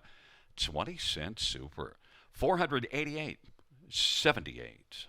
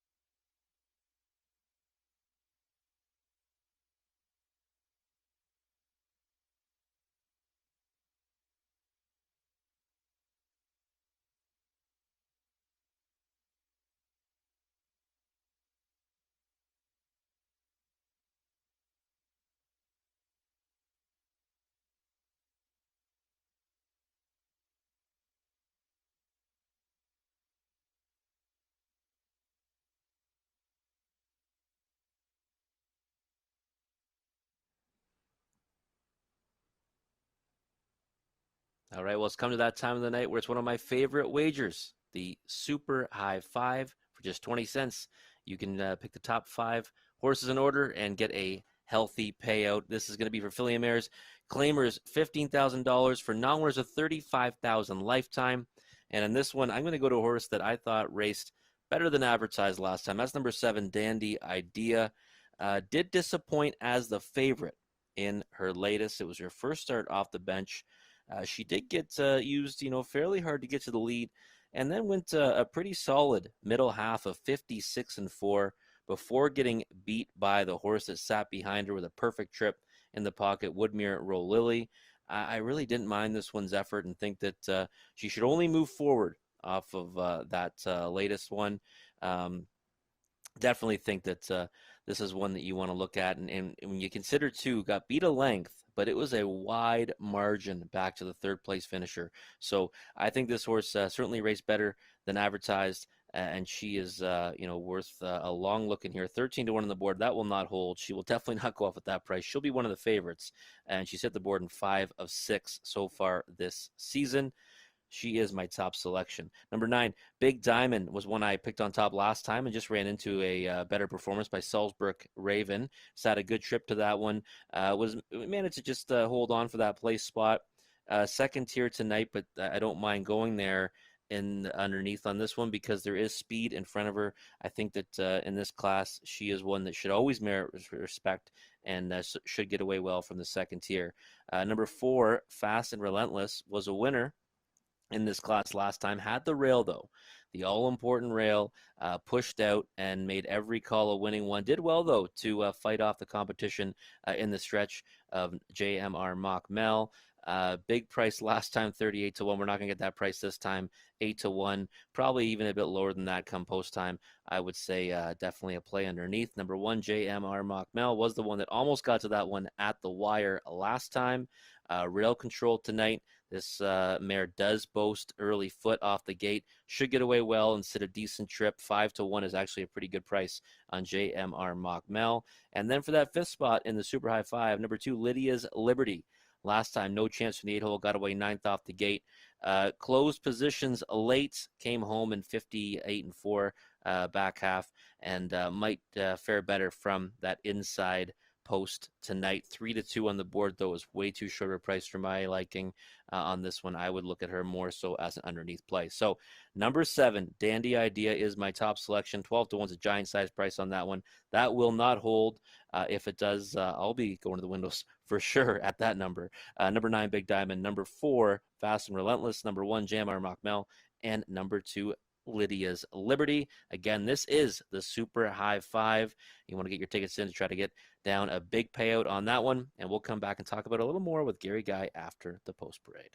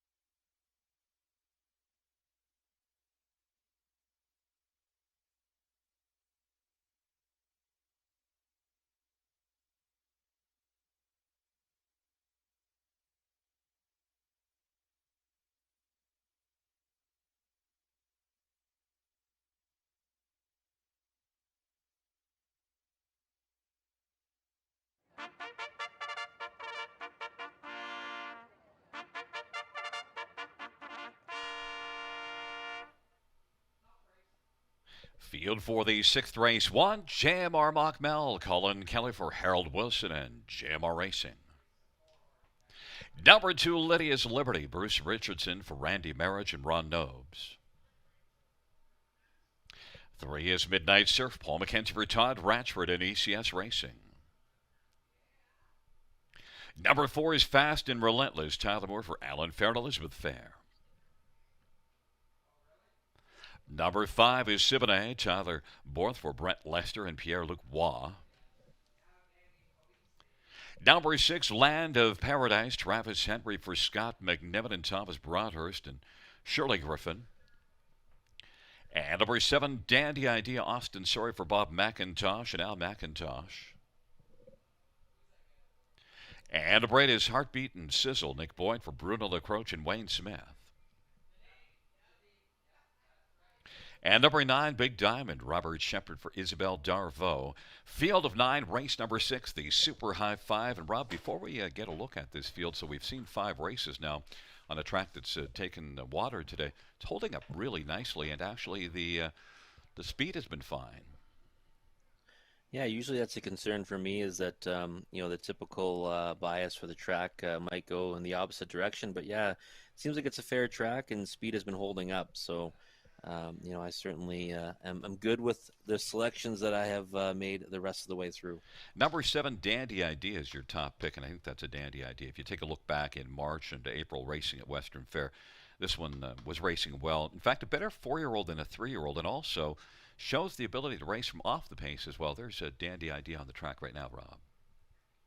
Yeah, I like the looks of her on the track right now, and I'm shocked at the price, 8-1. That seems a little bit out of line with what I think she should be because I thought the last effort was actually pretty good. It was used hard to get to the lead and then, went through a pretty quick middle half and got beat by a horse that got an absolute perfect trip. And it was a wide margin back to the third place finisher. So I certainly think this horse merits a lot more respect than 7-1. You have to also be surprised at the price of number 9, Big Diamond, your second choice. And both Kenny and I have this one on top. Big Diamond.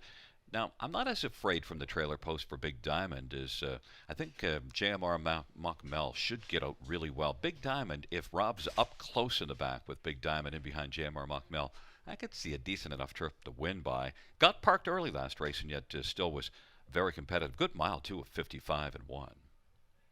Yeah, Salzburg Raven was much the best in there. You couldn't really fault her for finishing second, and she is my selection underneath. I certainly agree with you, Gary. Inside speed is certainly what you want to see when you've got the trailing post, and JMR Mockmel has a lot of that. Number 4, Fast and Relentless, beat this field last time out at 38-1. And you said you won't get that kind of a price, but actually the price is holding up at 25-1. That's a bit of a surprise.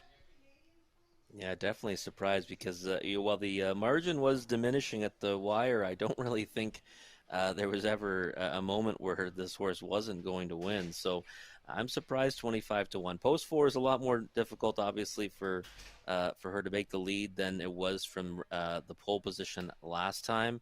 But I do think that she merits more respect. And well, the 30-1 that she is right now, she's creeping up to that number 38-1 that she was last time. There's right now Fast and Relentless. And number 1, Jammer Mockmel from the inside post, Colin Kelly. This one's flashed the gate speed in the past couple races and only beaten half a length. Disappointed as the favorite, but still a very solid one. And you get 3-1 as fans have gone elsewhere for the favorite, Jammer Mockmel.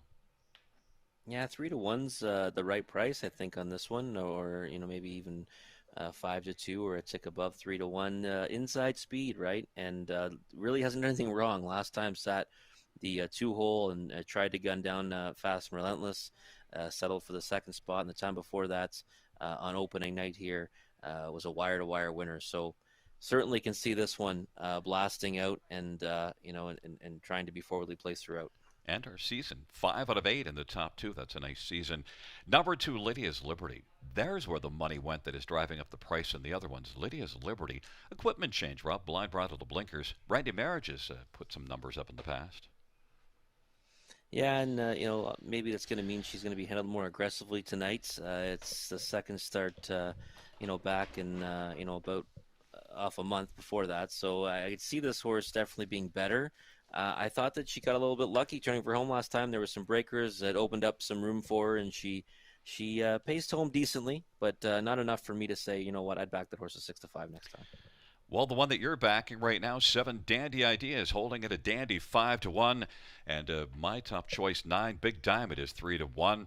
We'll see how the 6th race unfolds. It is a Super High 5. JMR Mockmel to the inside. Lydia's Liberty. Midnight Surf on the inside of the center. Fast and Relentless. And 7A to the outside. Land of Paradise. Dandy Idea.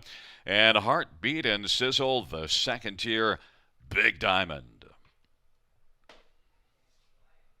Field of 9, race number 6, the hump race on this Friday night. And they're at the start of the round. Chamber Mel, Lydia's Liberty, Fast and Relentless, and then from the second tier, Big Diamond. JMR Mel leaves out well, and Big Diamond is right, tied on the back of JMR Mel. Lydia's Liberty right now is second. Big Diamond is third in the early going, and then racing fourth is Siboney, and Fast and Relentless is racing in the backstretch position to fifth. Then it is back to Midnight Surf, and then is Dandy Idea, Land of Paradise, and Heartbeat and Sizzle. JMR Mockmel and Colin Kelly's got the lead. Big Diamond is right there in the pocket. Lydia's Liberty took back now and found a seat on the inside third and is in front of Siboney's racing fourth. Fast and Relentless now is going to work to the outside, and then it is Dandy Idea as the field works their way off the turn. Then it is back to Midnight Surf and Land of Paradise as they now come off the turn heading towards us. And then further back is Heartbeat and Sizzle. But Jammer McMell's got the lead. Sharp opening quarter, 27-4. Halftime was reached in 58-3. A good second panel breather of 30-4. And they work their way into the backstretch. Jammer McMell. Big Diamonds getting the trip on the back of Jammer McMell. And Fast and Relentless is working first over, and is only a length and a quarter up lead. There goes Dandy Idea now, 3 wide, and charging. Land of Paradise is moving up, and Lydia's Liberty on the inside. JMR Mockmel, Dandy Idea. Big Diamonds getting a trip on the inside. Fast and Relentless drops away now, and then Lydia's Liberty and Land of Paradise. Land of Paradise is 3 wide and closing very rapidly. 3/4 in, 128. JMR Mockmel, Dandy Idea, and Big Diamond as they turn for home. JMR Mockmel and Dandy Idea. JMR Mockmel, Dandy Idea, and Big Diamond. JMR Mockmel. Dandy Idea was second. Big Diamond third. And Land of Paradise was fourth. And then Lydia's Liberty. 156-4. JMR Mockmel. The speed did hold up. 56-4 for Colin Kelly. Yeah, speed is definitely the place to be, Gary. We thought this one would push out for the lead, and Colin Kelly did exactly that. Made every call a winning one. You know, Dandy Idea. I can't believe this horse went off at 6-1. Really nice effort to be second. Made a nice move down the backside for the last time, and you know, just couldn't get there. His horse on the front end was too pumped up, but I still can't believe the price on Dandy Idea in second. I'll probably be sick when these exotics come up. And the price is 2-1. JMR Mockmel down on the inside. Number 2, Lydia's Liberty, held up at 5-2. Now, just to finish fifth, at least you did tab out one to round. That was your fifth choice, so you were right that the 2, Lydia's Liberty, maybe people were a little too impressed with some things last time out. But Lydia's Liberty did hit the ticket, 17962. Big Diamond from the second tier. It wasn't really the trailer post that did in Big Diamond. It was a good effort. Yeah, definitely a good effort. She got away well and had a decent trip. Just ran into a real nice performance by JM Mockmel and Dandy Idea as well. I thought that Austin Story might be able to get Dandy Idea up level with this one, and I mean JM Mockmel would have none of it tonight. She just turned that one away, and a real solid performance in 56-4 in the off-going.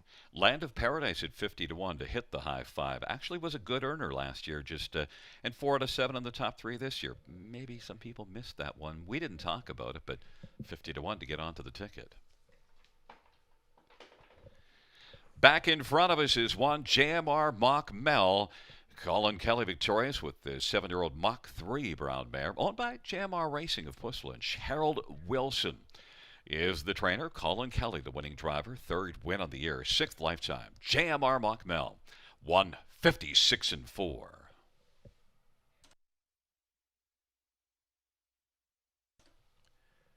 Note that's a new career best for JMR Mockmel.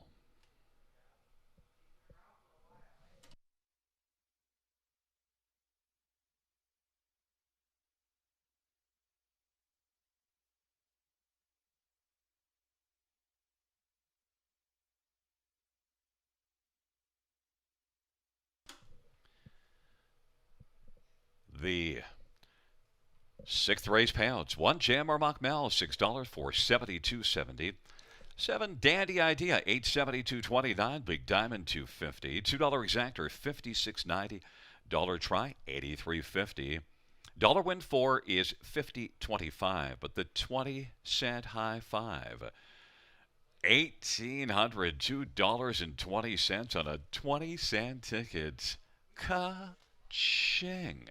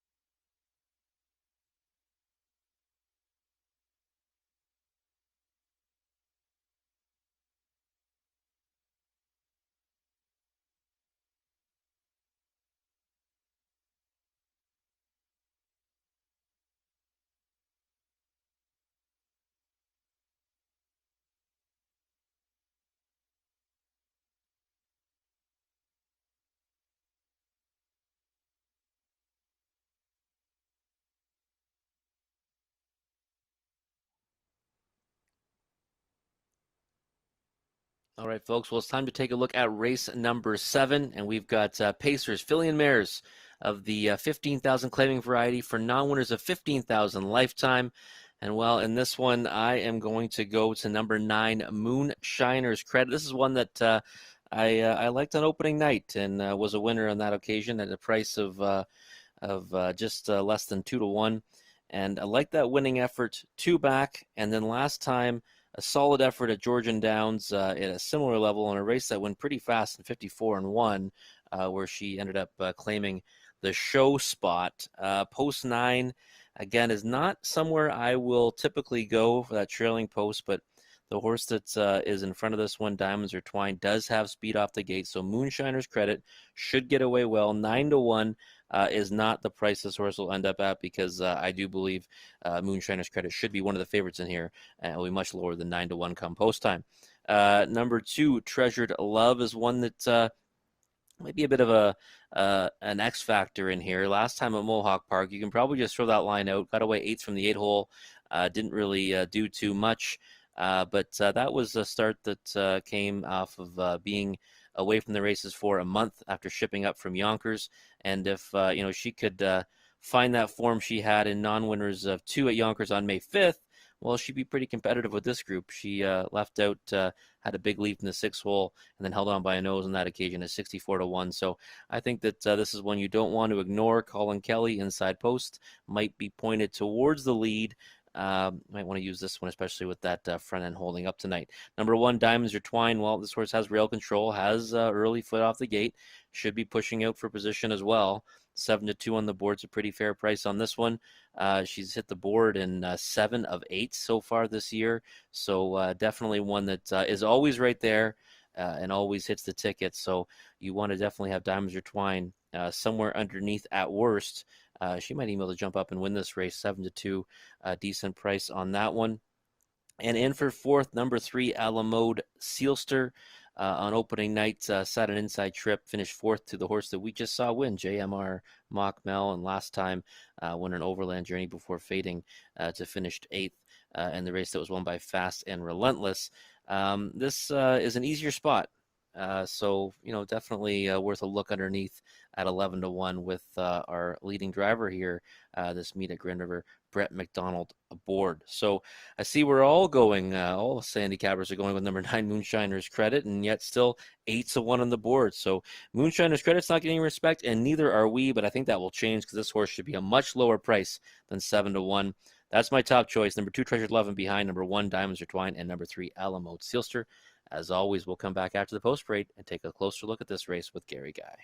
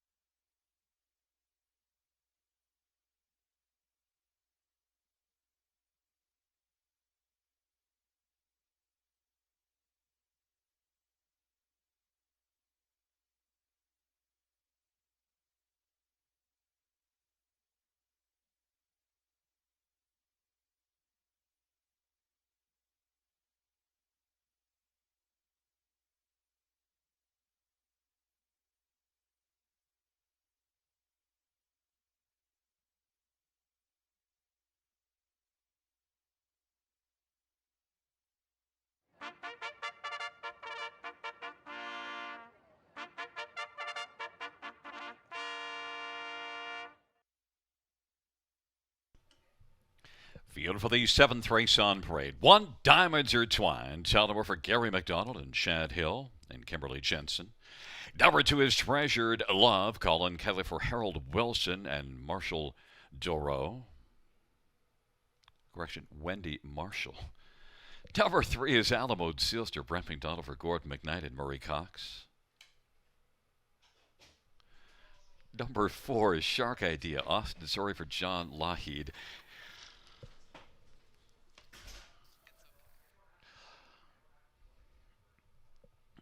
Number 5 is Little Mary. Tyler Borth for Mike Salas.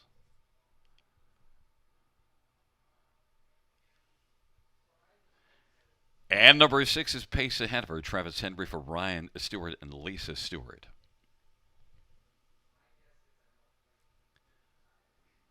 Number 7 is Latte Seals for Jay Harris for Scott Friend and Rebecca Williamson. Number 8 is PL Orchid, Paul McKenzie for Matt Dupuis.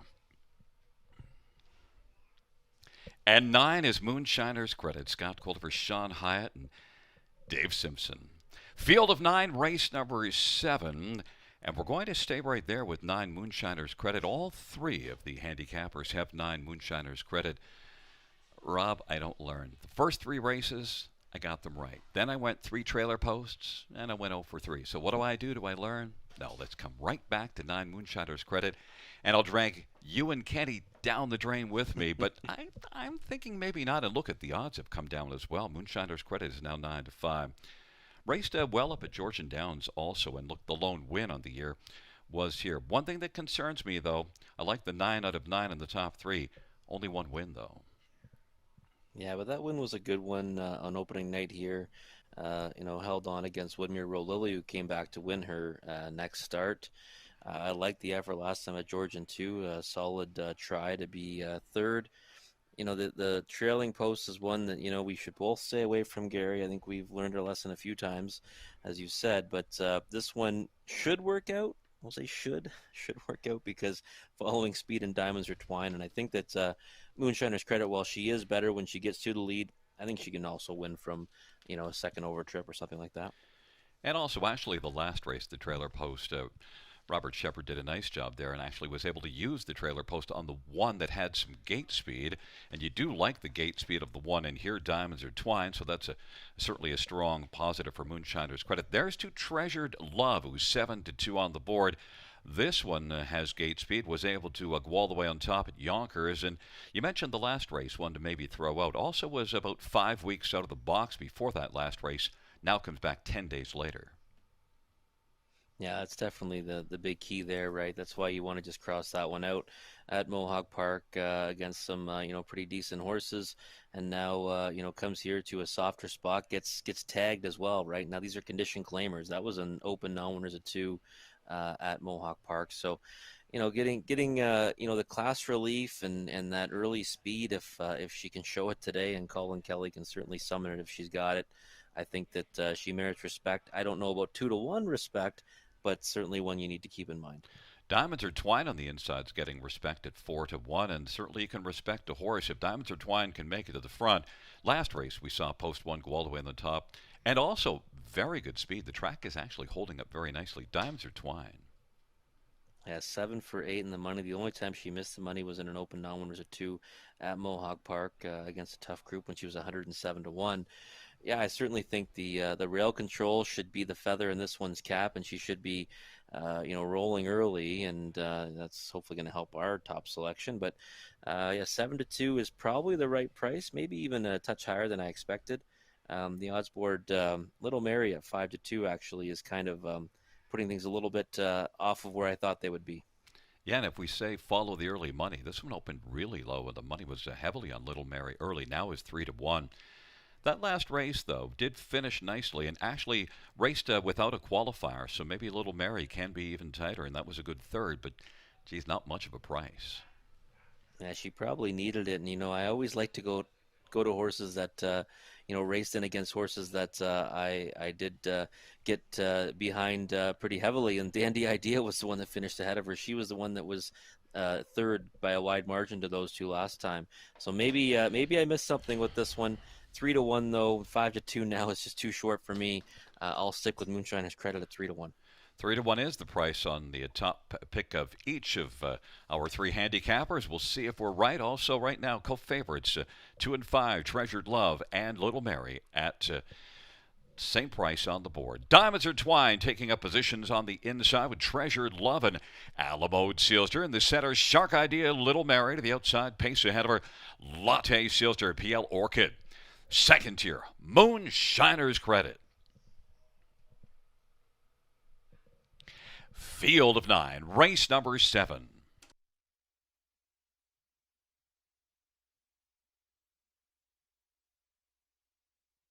Field for the 7th race. Gathering speed. There at the start of the rough, Treasured Love makes an early break, and Shark Idea is able to swim right out now and take the lead. Diamonds Are Twine is second. Moonshiner's Credit does well to get out third from the trailer post, and then Alamo Sealster pace ahead of her, Latte Sealster. Then it is back to Little Mary and PL Orchid. On down the backstretch they go. Diamonds Are Twine now is going to come on and get the lead. Shark Idea is racing position second as they race on to the opening quarter. Moonshiner's Credit is on the inside third. Alamo Sealster is fourth, and then pace ahead of her is position 5. Latte Sealster sixth, and then seventh is PL Orchid, and then it is Little Mary. And Treasured Love after that early break is back trailing the field. Popping out from fourth. There goes Alamo Sealster. Diamonds Are Twine's got the lead for Tyler Moore, and Alamo Sealster to the outside. Shark Idea on the inside and pace ahead of her is racing second over fourth. On the inside, Moonshiner's Credit is locked up tight 5, and Latte Sealster is sixth, and then seventh is PL Orchid, and then it is Little Mary. Opening quarter was 29-2. Halftime was 1 minute and 4. And they're about to enter the backstretch. Pacing along on the lead is Diamonds Are Twine. Lead of a length and a half. Shark Idea in the pocket. Alamo Sealster to the outside. Moonshiner's Credit on the inside, and now fourth base ahead of her. Moonshiner's Credit is still on the pylons, racing fifth. Latte Sealster is on the outside, sixth, then PL Orchid and Little Mary. Diamonds Are Twine as they race on towards three quarters. Alamo Sealster to the outside is digging still. Now we're getting three wide from the backfield. Latte Sealster and Shark Idea is on the inside as they turn from, and then it is pace ahead of her. Moonshiner's Credit. The field comes on down the stretch drive. Diamonds Are Twine, Alamo Sealster, Shark Idea up the inside, but Diamonds Are Twine drives on. Diamonds Are Twine is sharp all the way to the finish and wins it. Then second is Alamo Sealster. Then for third is between Latte Sealster and Moonshiner's Credit. 159-4. Diamonds Are Twine. The inside post position able to get the job done, Rob. Yeah, and speed again, right, Gary? Diamonds Are Twine, out to the lead, and just under hand drive. The plugs came out pretty late. She paced right through the wire, and we've kind of been all around it tonight. We've been all around it. We identified this one as being value. I think she closed at like 4-1. Is that right? 4-1 on this one, and she had that early speed and figured to be using it, and that she did. Nice win there for Diamonds Are Twine. Yeah, the 4 Shark Idea popped out nice, but then Diamonds Are Twine was able to come on quickly and grab the lead. And from there, at a minute and 4 to the half, was able to get a nice softer half. So really that set it up just beautifully once you get that kind of a halftime. And Tyler Moore had lots of horse left at the finish as well. Yeah, unfortunately, our top selection got caught in the 3-hole. And the 3-hole can sometimes be a rough spot to be because you got two options. You stay inside and risk getting locked in, or you go first over. Which is also a tough spot. So staying inside there, hoping things to open up. It didn't happen. Ended up closing to be fourth, but this will be a nice superfecta, that's for sure. 4-1 on top. Our top selection, Moonshiner's Credit, running fourth, and then a couple of nice price horses in between. Yeah, Latte Sealster at 50-1, and one that was good last year, but so far hadn't shown anything yet as a 4-year-old, so that's the reason why you're probably looking at those longer odds. Definitely would have taken money if she had the form of last year. Oh, definitely, and I'm very intrigued to see this superfecta because, you've got that 1 and the 9. We always talk, we like the one you got to use the 9, and the one wins at the 9, hits the bottom end of it, and should pay nicely. One Diamonds Are Twine comes back in front of us, a 3-year-old Better Than Cheddar Bay filly, owned by Chad Hill, owned by Kimberly Jensen. Gary McDonald is the trainer, and Tyler Moore is the winning driver. Third win on the year for Diamonds Are Twine, fourth lifetime, 159-4.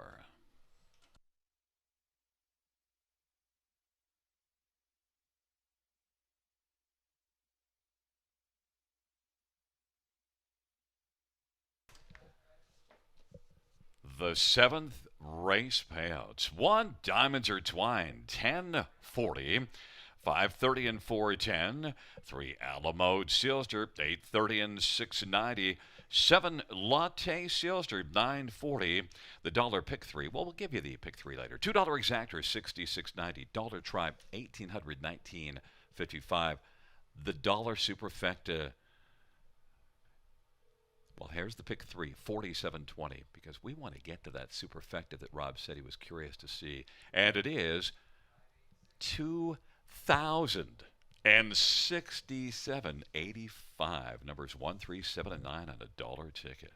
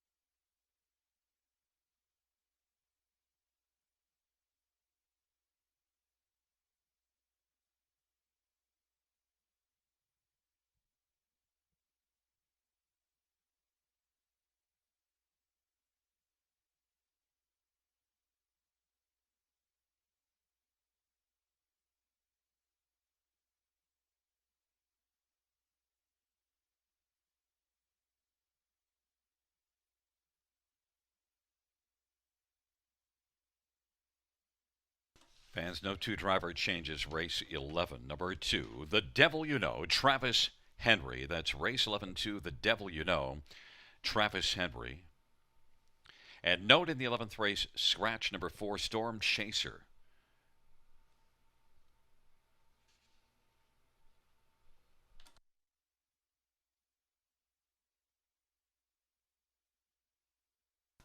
Fan, take correction. The 11th race, the driver Jay Harris. That is race 11 4, Storm Chaser Jay Harris.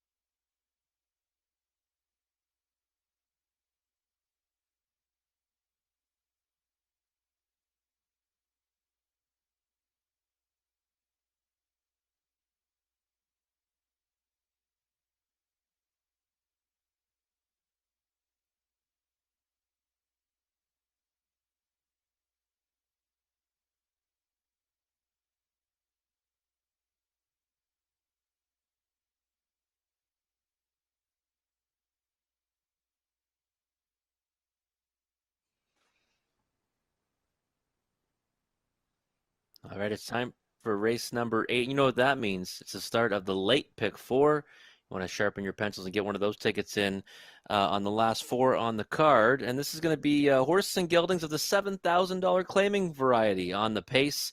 And I feel strongly about one in here. And actually, in my top 4 selections, 2 of them got scratched, but my top choice is still in, and that's number 5, Cal Hanover, for Gerard Demers and Paul McKenzie. This horse, 2 back, kind of got in a little bit of trouble in the final turn, ended up in a bad spot, like a blind switch, and then came back to finish second last time to Dreamfair Takati, who had won 2 in a row and was racing just fantastic those first 2 weeks here at Grand River Raceway. So I think Cal Hanover now moving over to post 4 with the scratch at number 4, Better's Mark, who was my second selection in here. I think this one will be able to leave out well towards the lead, probably end up on the leader in the 2-hole. At least that's what I'm hoping. And this one will be difficult to beat. I like the way he raced last time, and I think he's got a big edge in this field. Number 6, Twin Bee Watch Me, was my third choice because bumped up to my second choice. Finished third to that pairing last time of Dreamfair Takate and Cal Hanover. Not a bad effort at all. Had the early lead and then sat a trip. Has enough speed that might be able to leave out alongside Cal Hanover. Currently at 19 to 1. Certainly would like to use this one underneath. I think he can hit the ticket. Number 3, Big City News, was one that was absent from my top 4. I will now make my top 3 with those 2 scratches.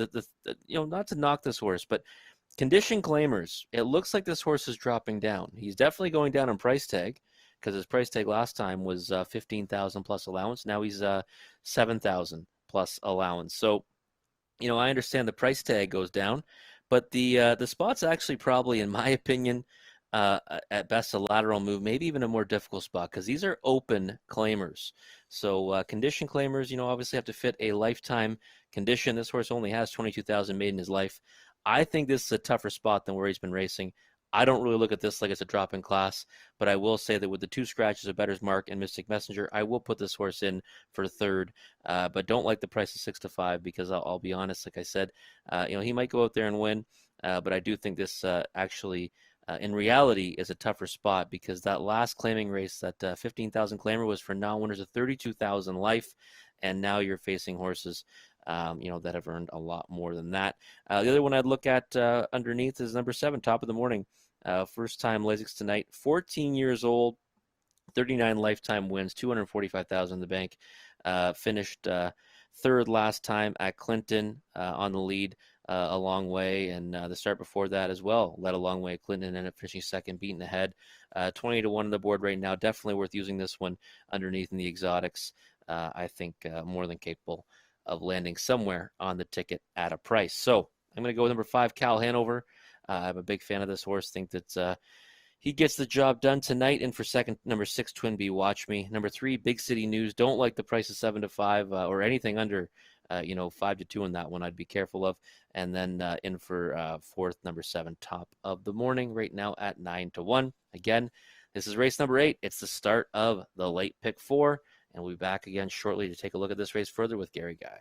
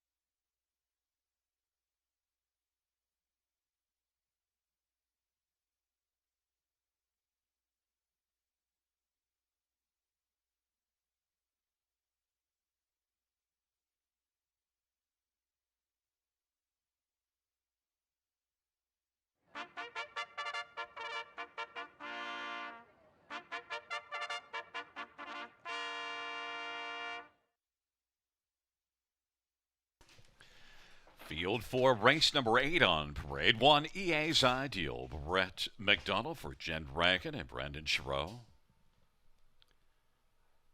Number 2 is Friend Zone, Ryan DeRoche for Michelle Bowen and Felix Racing. Number 3 is Big City News, Austin Sorry for Patrick Shepard and Triple S Equine.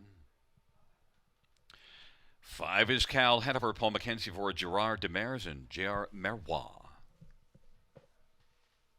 Number 6 is Twin B Watch Me, Colin Kelly for Nikki Comegna and Bruno Comegna.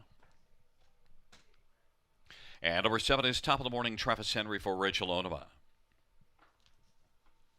And number 9, Jackson Killeen, Scott Quilter for Christina Soundy. It's a field of 7, race number 8, start of the late pick 4. And Rob, this is one Cal Hanover that's right now the second choice, but I thought it would be my key, actually 2 keys in the win for if I was playing this Cal Hanover, and then there's a nice one in the 10th, Salzburg Raven. Would you use this as a key, or are you at all afraid of using this one as a lone horse? Definitely a single for me, Gary. I like this horse a lot tonight. Dream Fair Takati, we saw how good this horse was.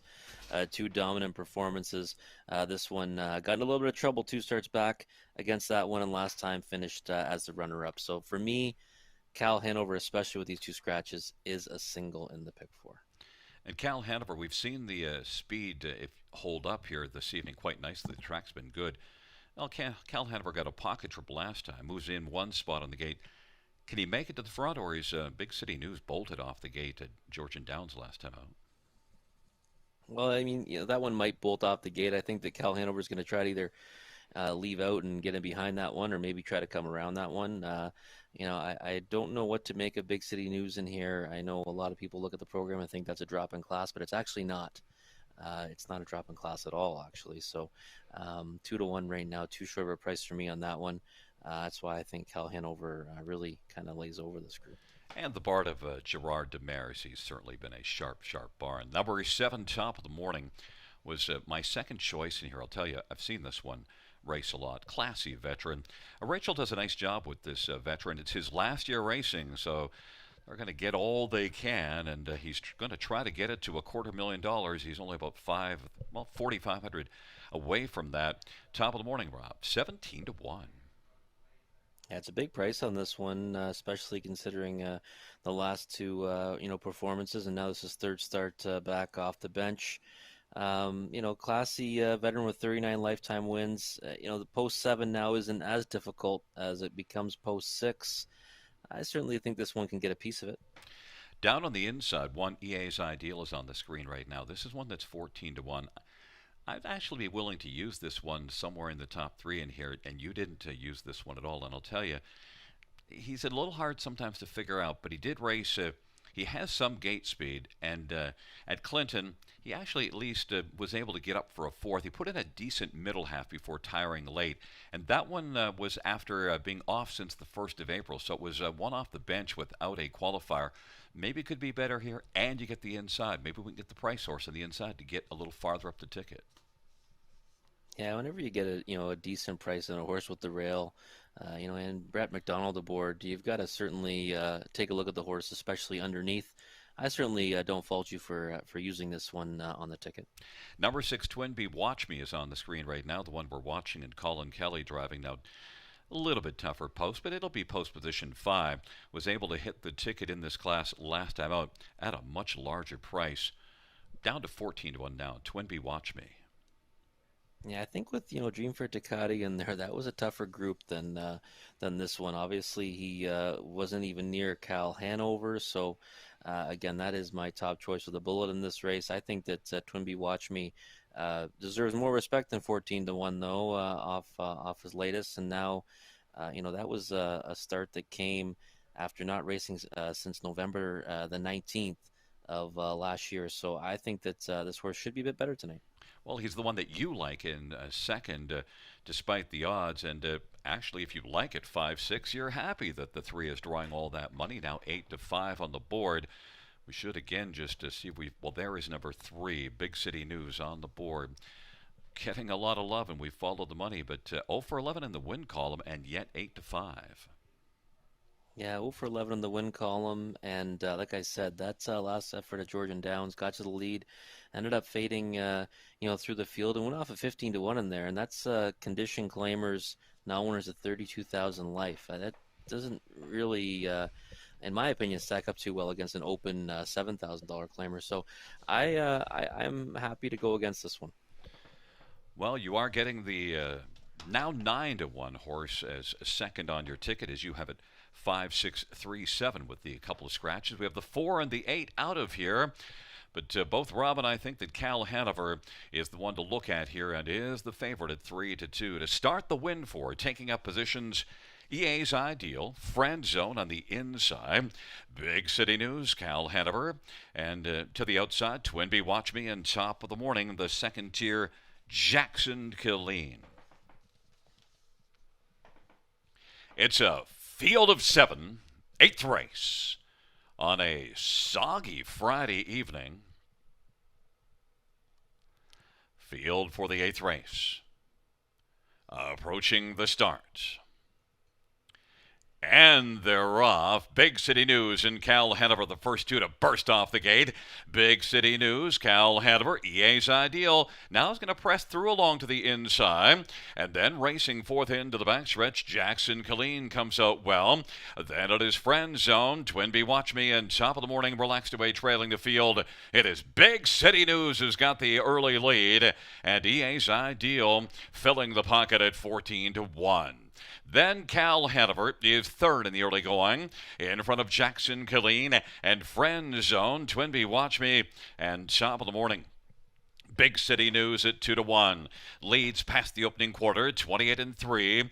EA's Ideal is the trip horse right now at 14 to 1. And Cal Hanover is going to pop to the outside right now for Paul McKenzie. And Jackson Killeen is racing fourth. They come off the turn. Big City News. Here comes Cal Hanover forcing the issue. And Cal Hanover is going to try to clear before the turn over Big City News. Cal Hanover, Big City News. And the tempo has picked up substantially. 1 minute, 1/5 the halftime. For now, Big City News is fending off Cal Hanover. Into the backstretch, EA's Ideal. On the inside is in the hunt third. And then racing position fourth is Jackson Killeen. Then it is Friend Zone. Twinbee Watch Me. And top of the morning is a set out wide. But from the backfield and still about 6 or 7 off lead. And now Cal Hanover's come on and grab the lead from Big City News. And then racing third is EA's Ideal. Top of the morning is getting a little closer. EA's Ideal has popped out. Cal Hanover has a slim lead, but there goes EA's Ideal. Off stride goes Friend Zone, drops back. It is EA's Ideal. 129 to 3/4, 28 and 4, third panel. EA's Ideal at 14 to 1, looking for the upset. They turn from Cal Hanover is second. Top of the morning to the outside on down the stretch drive. EA's Ideal, as they come on to the finish, is going to win it. And top of the morning was second. Jackson Killeen. Cal Hanover finished fourth, 2 minutes and 1/5. EA's Ideal inside, got the trip and knew what to do with it. Brett McDonald, Rob. You highlighted this one, Gary, and you were onto something for sure. It was a 14 to 1 and just cruising to the wire really under Brett McDonald. Nice victory and nice call to point this one out. Yeah, and I thought the 5 horse had to work pretty hard. I mean, that Big City News was stubborn for a good chunk of the race. That might have taken too much out of Cal Hanover, which really opened up the race. Yeah, I definitely think so. I think right away when he had to settle for the 3-hole, we were going to be in trouble with him because I didn't think that Big City News was going to let him just waltz around to the lead. That's for sure. So when he pulled first over with intentions to clear, I knew it was going to be a tough trip for Cal Hanover, and Big City News did just enough to take the starch out of that one, and really sets up a big payout here. That's for sure. Well, you get the inside post position on the board. That's an angle I often like at 14 to 1. And, well, one thing we can watch, that Big City News actually raced better than we might have thought. Now, he did eventually back away, but certainly he had to put up a lot of work for quite a while there, holding off Cal Hanover. Yeah, I'll probably go back to Cal Hanover, to be honest. I thought that, it wasn't the worst effort, all things considering. He probably should have been able to clear and get away from them, but maybe next time he'll be able to get the lead early as opposed to attack first over. But another race where we're going to see a big trifecta, that's for sure. And the classy veteran, top of the morning, 14 years old, comes in second at 25 to 1. We could have a fairly substantial try in here. Back in front of us is one EA's Ideal. An 8-year-old sports writer, brown gelding Brett McDonald with the winning try for trainer Jen Rankin. Brenda Rankin's the owner along with Brandon Giroux. First win this year, a 26th lifetime. EA's Ideal, 2 minutes, 1/5.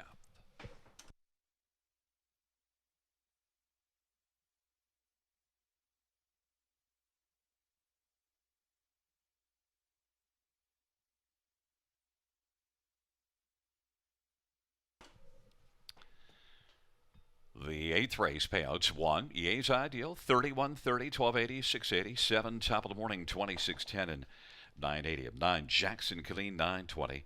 $2 exactor, 291.70. The dollar tribe, 917.95.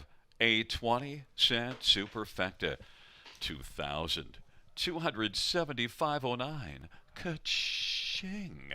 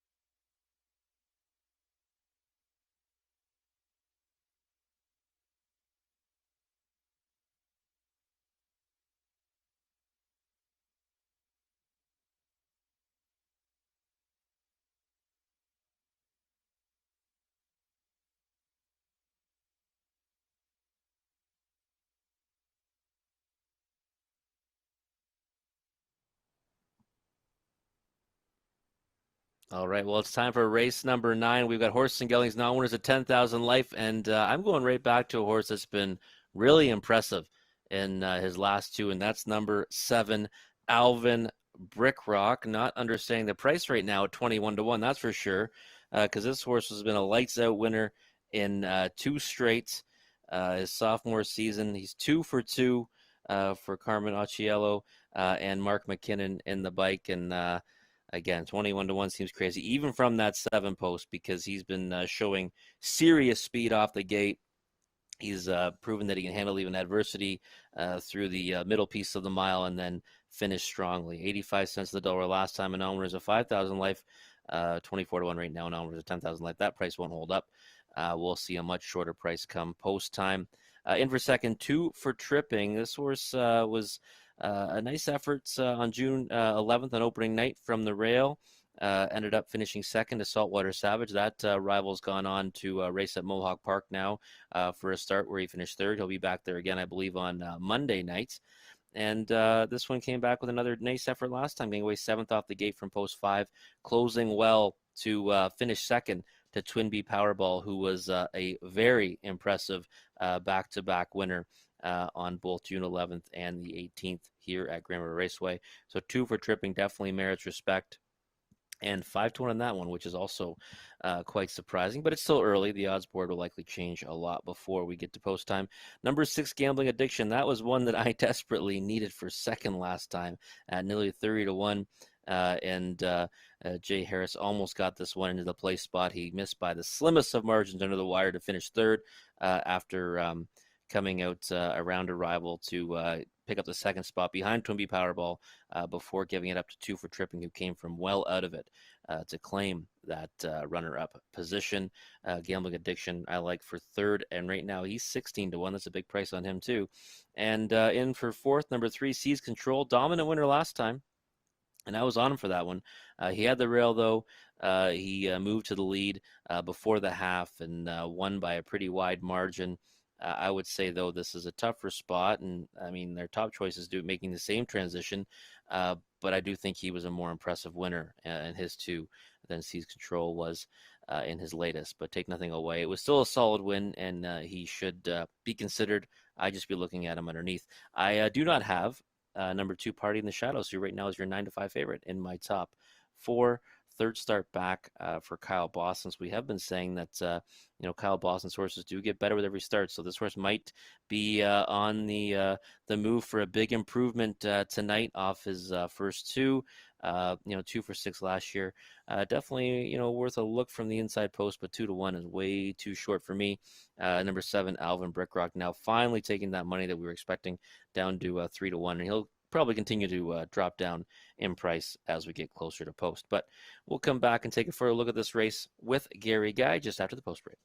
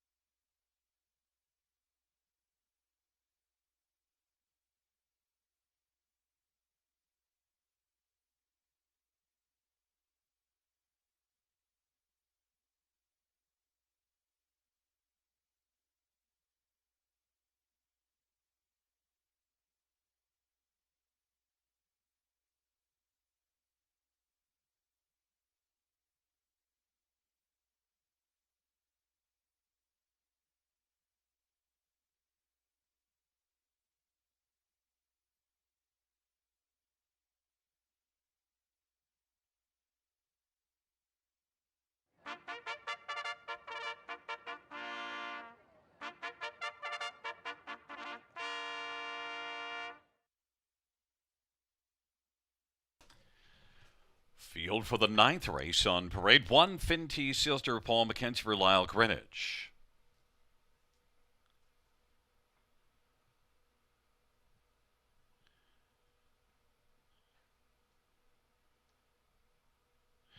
Number 2, Party in the Shadows, Colin Keller for Kyle Bossens and Brad Gray. And number 3, Seize Control, Scott Culliver, Gerald Lilly, and Bill Maines, and William Cripson, Steve Papillion. Number 4 is 2 for Tripping, Tyler Moore for Ivan Gallant. And number 5, Beef and Cheddar, Bruce Richardson for Cassidy Schneider and Matthew Chappell. Number 6 is Gambling Addiction, Jay Harris for Jeffrey Williamson and Rebecca Williamson. And number 7 is Alvin Brickrock, Mark McKinnon for Commodore and Dinarbin Stables. Well, Rob, the tilt board now is more reflecting what you might have thought. 1-5 on 7 Alvin Brickrock. You might have noticed that I'm the only one that went against the 7 in here. I should confess, though, it's not because I didn't think Alvin Brickrock was the best in here. I expected the tilt board to be right where it is now. It wasn't that way early, but so I went shopping for one to take down the favorite. 7 Alvin Brickrock, though, you think substantially warrants that status. Yeah, I do. And what an extreme, right? The way this horse opened at us and now where he is now. I think he should be, probably sub even money, even though he is moving up a little bit in class. Both efforts were really impressive. He got swarmed in each of those and then opened up to, win by a wide margin. I don't think we've seen anywhere near the bottom of this horse yet. And even though the 7-hole, I don't like taking horses from out there, but I think he can overcome it pretty quickly. That was the reason why I wanted to try to play Beat the Favorite here. Is up in class, gate speed in each of the last 2 and moving to the outside. I thought just maybe there was an opening. So I went to number 4, 2 for Tripping, looking for the opening. That was an impressive off-the-pace effort last time out to come from well back to finish second. And to a very strong winner, Twinbee Powerball. And the start before that flashed gate speed. There's a lot of inside speed, too. That's another reason why I tried to beat Alvin Brickrock. 2 for Tripping has gate speed.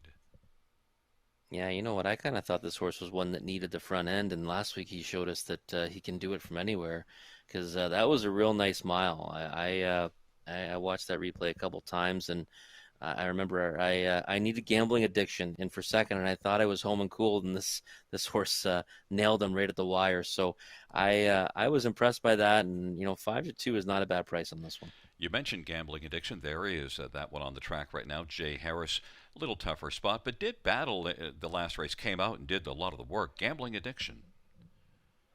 Yeah, first time Lasix, last time, second time Lasix. Sometimes horses come forward even more off of it, and I've always liked this horse, and that started at Mohawk Park when he finished second at 63-1. I used them underneath on that occasion.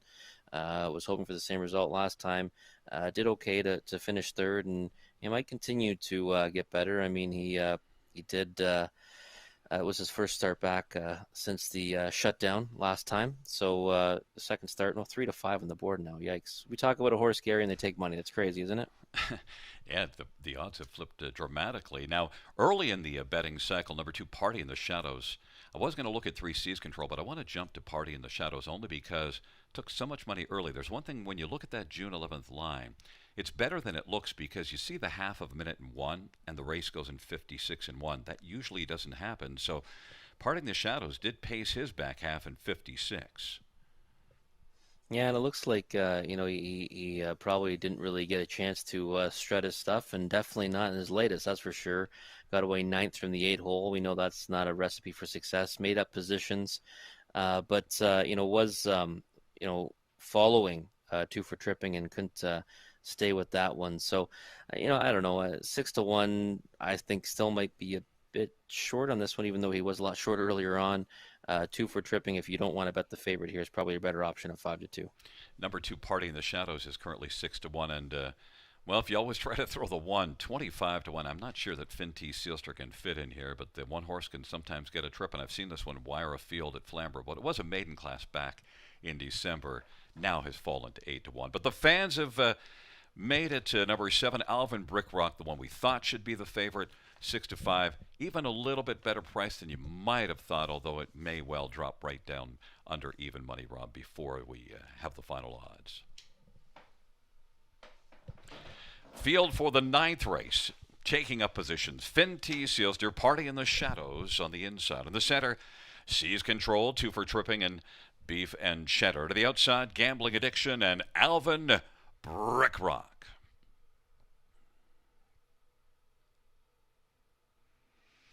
It is a field of 7 for the ninth race.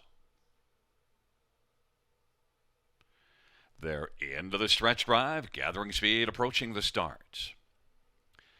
And they're off. Gambling Addiction, Finn T. Sealster, Party in the Shadows as they stride on into the turn, and Two for Tripping now. But Finn T. Sealster on the inside and Party in the Shadows. Party in the Shadows is going to drive on. Party in the Shadows, Finn T. Sealster on the inside. Two for Tripping has come away third. Then Seize Control and Gambling Addiction. Then it is back to Beef and Cheddar and back trailing to field. Alvin Brickrock is last in the early going. Party in the Shadows leads the party past the opening quarter. Advantages a couple of lengths. Finn T. Sealster second, Two for Tripping third. Then Seize Control and Gambling Addiction, Beef and Cheddar. And Alvin Brickrock is still back trailing the field as they come off the turn. Party in the Shadows has got the lead as they come on towards us. Party in the Shadows and Colin Kelly. And Finn T. Sealster is right there in the shadow of Party in the Shadows, racing the pocket. Then Two for Tripping is racing third. And Seize Control, Two for Tripping is going to pop to the outside right now. 58-4 is the halftime, and following to the outside, Seize Control. Gambling Addiction on the inside. Alvin Brickrock has passed one, but still a lot of work to do. And then it is back to Beef and Cheddar. Party in the Shadows with the lead. Two for Tripping has worked for first over and has come on to take over second and is about 3/4 of a length off the lead, but Party in the Shadows continues to march, and Two for Tripping on the outside. Finn T. Sealster, Seize Control. Alvin Brickrock has gained another spot but is racing fifth. Gambling Addiction and Beef and Cheddar. Party in the Shadows and Two for Tripping as they turn for home.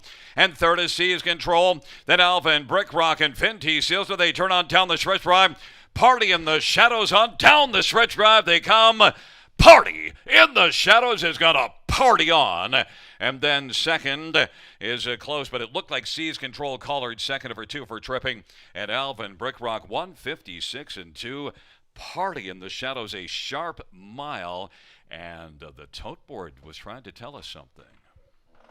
Sometimes Gary just have to follow the money. The horse took a lot of early money and then took another hit late, down to 3-1, and made us look a little closer at the lines and maybe think that there was room for this one to step up with the inside post. And boy, oh boy, did that ever happen tonight! Right to the lead, and took no prisoners.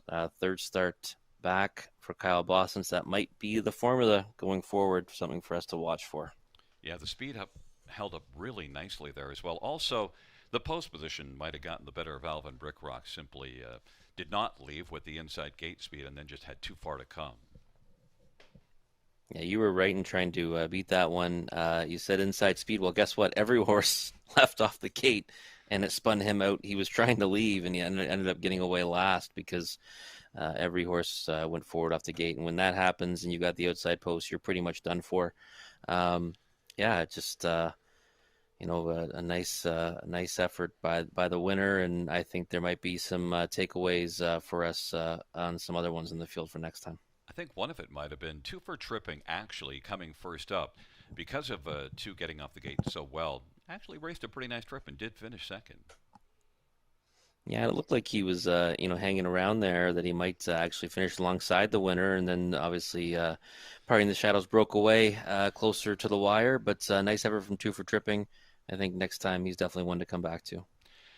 Coming back in front of us is number 2, Party in the Shadows, 3-year-old Shadow Play Brown Colt, owned by Brad Gray, trained by Kyle Boston's Colin Kelly is the winning driver. It is Party in the Shadows, who can party now after a victory at 156-2, third lifetime win.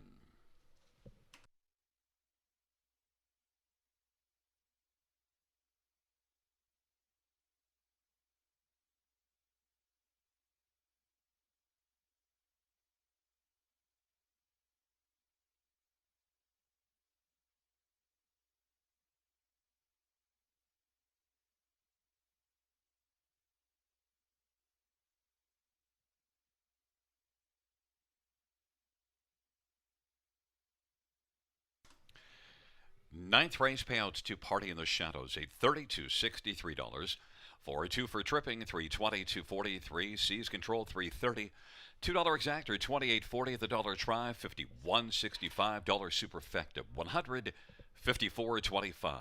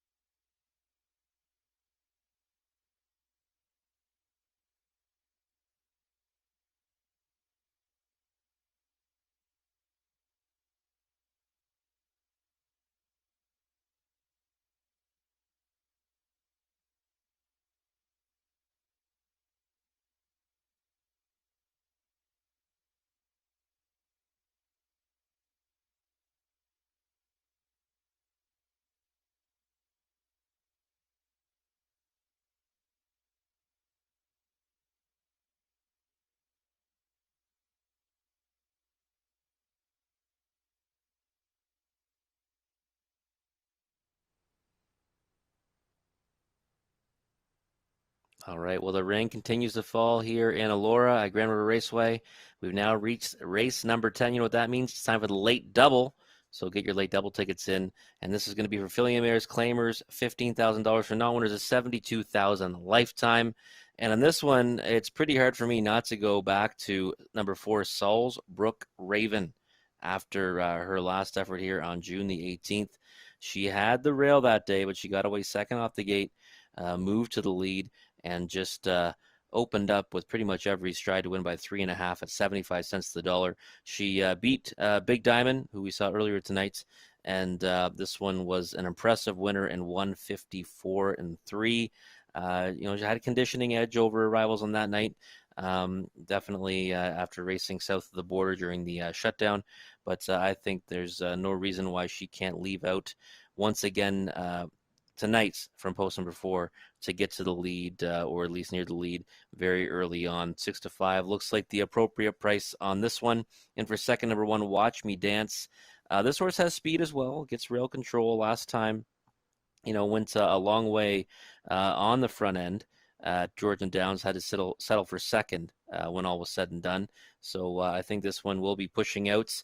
5-1 is a bigger price than I expected on Watch Me Dance, but definitely one you need to use underneath either way. And for third, number 9, Trizzle Trazzle. Well, that's a wild price on this one at 60-1. Last time at Georgian Downs, June 19th, it was her first start back since the shutdown. And well, not a bad fourth place finish. I'd certainly like to play High Roller Duke in here, who was the winner of that race in 154 and 2. And this mare paced her own mile in 55 and 2 and finishing fourth. And the qualifier on June the 10th wasn't that bad either against some pretty nice horses, Cousin Mary, Casimir Swamp Girl, and Somewhere North. So definitely worth a look as a price underneath in this condition claiming event for Trizzle Trazzle, currently 60-1 from post 9. And again, if you like the one horse and you think the one horse has speed, you should probably take a look at the 9 as well, and that one following that one off the gate. Number 3, Kits. This James Dean mare. Well, I think that this one has a chance to just kind of land on the pylons and hide out and hopefully get a piece of it. Last time finished fourth to Salisbrook Raven, got beat by 6 lengths, but Salisbrook Raven won by a pretty fair margin and winning by almost 4 lengths. So might be a little bit deceiving on that one there. I see that all the handicappers use Kit in their top 4, which isn't a surprise to me. What is a surprise to me is the 18-1 on the board. I think she probably merits a little bit more respect than that. Again, maybe not sure if I would back her on a win ticket, but certainly use her underneath, especially with that inside post and Nick Boyd in the bike. So number 4, Salisbrook Raven is my top choice with a bullet. I see we're all going in that direction. Number 1, Watch Me Dance for second. Number 9, Trizzle Trazzle right now, big price 30-1 for third. And number 3, Kits. Again, this is the start of the late double, and I'll be back shortly to talk about it more with Gary Guy.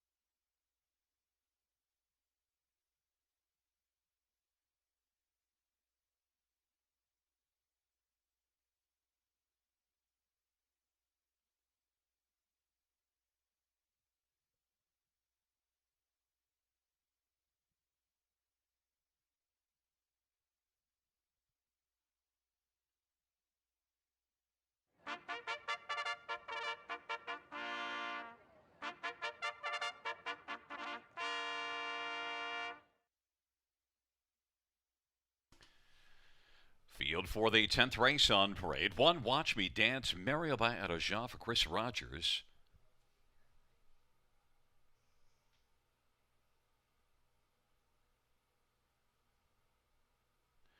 Number 3 is Kit Nick Boyd for James Dean and Wilma and James McKenzie.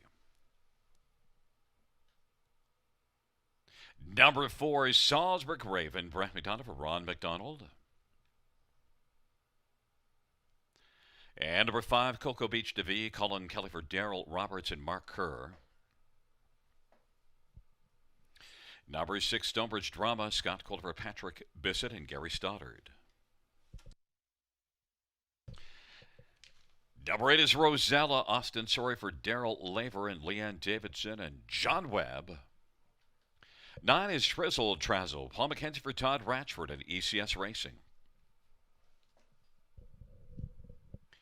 And number 2 is Chocolate Milk Toast, Natasha Day for Sean Hyatt and Dwayne Solaire. Field of 8 with the 7 out to start the late daily double. And right now, Rob, we're going to be talking about number 4, Salzburg Raven, 2 to 5 on the board. I think it's the one we're going to be talking about after the race as well.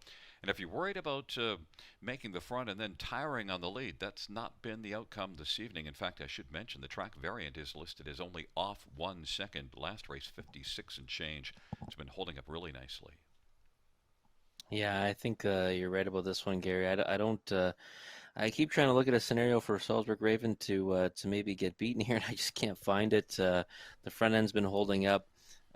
She should be leaving out in search of the lead. She might have to get around one of the inside ones that might push away, especially the one Watch Me Dance. But I just think she's got a big, class edge over these. And that victory last time was very impressive. And she's already beat, quite a few in here coming out of that one. So I certainly think she'll be tough to beat. 1 to 2 is a tough price to take on any horse. But she certainly looks like she'll find the winner's circle. You do have to assume one Watch Me Dance is going to waltz out very sharply. 27 and 4 opening quarter last time out at Georgian Downs. And this one put up a nice record last year, 30,000 at Charlottetown racing down east. But Watch Me Dance and Mario on the inside right now 5 to 1. Yeah, a little bit surprised by that price. I thought this horse would definitely take more money. I thought this might be a situation where we see, 6 or 7 to 5 on Salzburg Raven, and maybe 2 to 1 or 3 to 1 on Watch Me Dance. Here, Mario looks like he wants to score her down a little bit here, and if she does push out and even Salzburg Raven comes around her, she'll get a nice 2-hole trip, right? So. This one is definitely one you need to consider, and 5 to 1's a bigger price than I thought. There's 9 Trizzle Trazzle. Didn't take the money early, but right now is on the board at 9 to 1. Now, only one win in 21, but that win was this year, and it was at Flamborough Downs, a pretty strong victory. In fact, under wraps at the finish. Trizzle Trazzle, and off a 4th place finish. Faced tougher last time out at Georgian Downs, much tougher. Oh yeah, I'd like to take High Roller Duke or Sunny Sicily in here. That's for sure. 13 to 1. That's probably even a bigger price than I expected. I know she started to take a little more money from that 60 to 1 opening. I certainly think, though, if you think Watch Me Dance is going to leave out well, then this horse is capable of staying right on that one's helmet and is one you need to use underneath for sure. If there's one you might be able to take a flyer on just because of the angle, number 3 Kit raced against Tougher at Mohawk. Now, didn't get a lot done there, but Kit is one you could maybe get onto the ticket at a price because that last race was off the bench and respectable, 55 and 4 mile. Maybe Kit could go forward and be a top 4 here at a price now dropped to 22 to 1. Yeah, still not a bad price on this one, especially drawing in more inside now with post 3. Like I said, more than capable of landing on the pylons and just trying to navigate a soft trip. And then maybe pace late to pick up a share of it. That's what I think Kit's best strategy would be. I think if there's one that's going to race better than you might have expected, I've seen Cocoa Beach DeVee race well in the past. 5-time winner last year. I've seen this one at Flamborough a number of times, and she sometimes steps up with a bigger effort than you might have thought. It did actually race 55 and 2/3 to Salzburg Raven last time out. And one that's making a 3rd start off the layoff. So Cocoa Beach DeVee is just my one at a shot here that might race better than you might think. Yeah, and 10-1 certainly is a pretty solid number on this one. You can't really knock her. Last time she finished third, it was a decent effort to Salzburg Raven, and the start before that, I remember she took a lot of money and then moved wide around the last turn. So, yeah, definitely one that you want to use underneath. Well, neither one of us are playing beat the favorite in here, as number 4 Salzburg Raven is currently on the board at 3-5, the one to beat, taking up positions. Watch Me Dance, Chocolate Milk Toast, and Kit on the inside. In the center, Salzburg Raven, Cocoa Beach to V. To the outside, Stonebridge Drama, Rosella, and the second tier, Trizzle Trazzle. It's a field of 8 for the 10th race.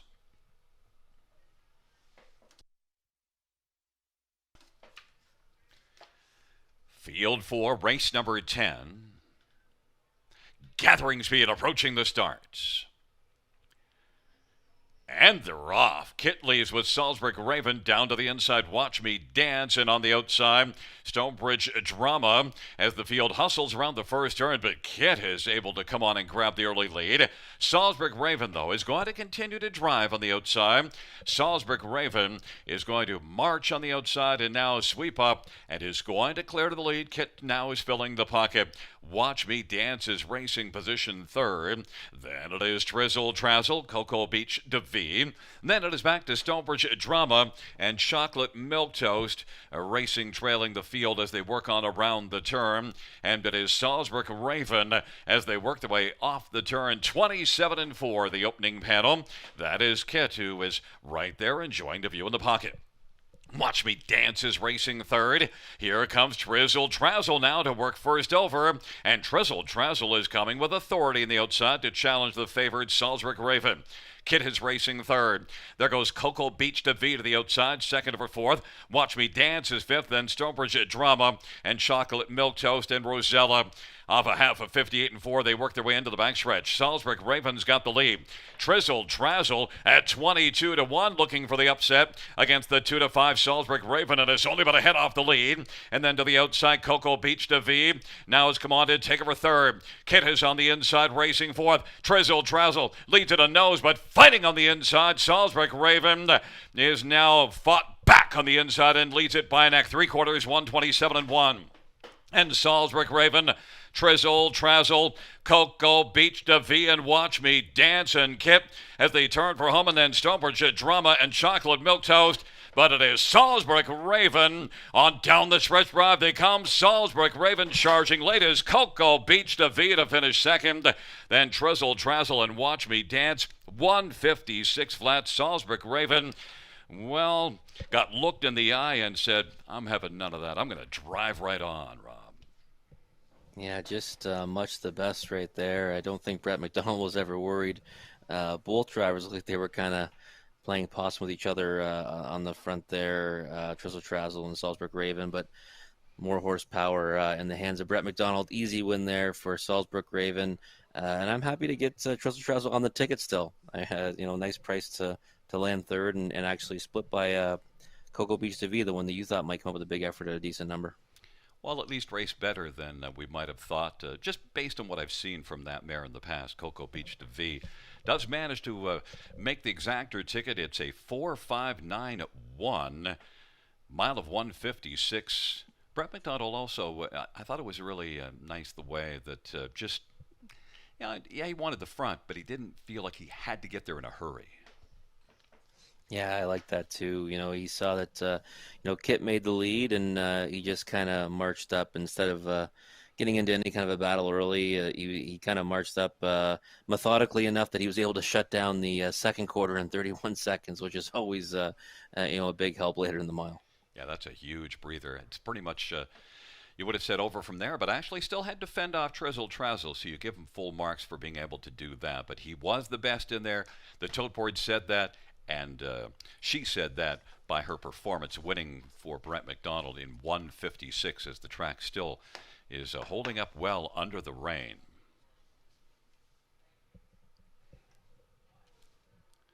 Four, 5, 9, 1 is your top four. And coming back in front of us is number 4 Salzburg Raven, 4-year-old Big Jim Black Mare. owned by Brett McDonald. Ron McDonald is the trainer. Brett McDonald, our leading dash driver here this year, 2021 at Grand River. Brett McDonald victorious with Salisbury Raven in 156 flat for a fourth win this year and seventh lifetime.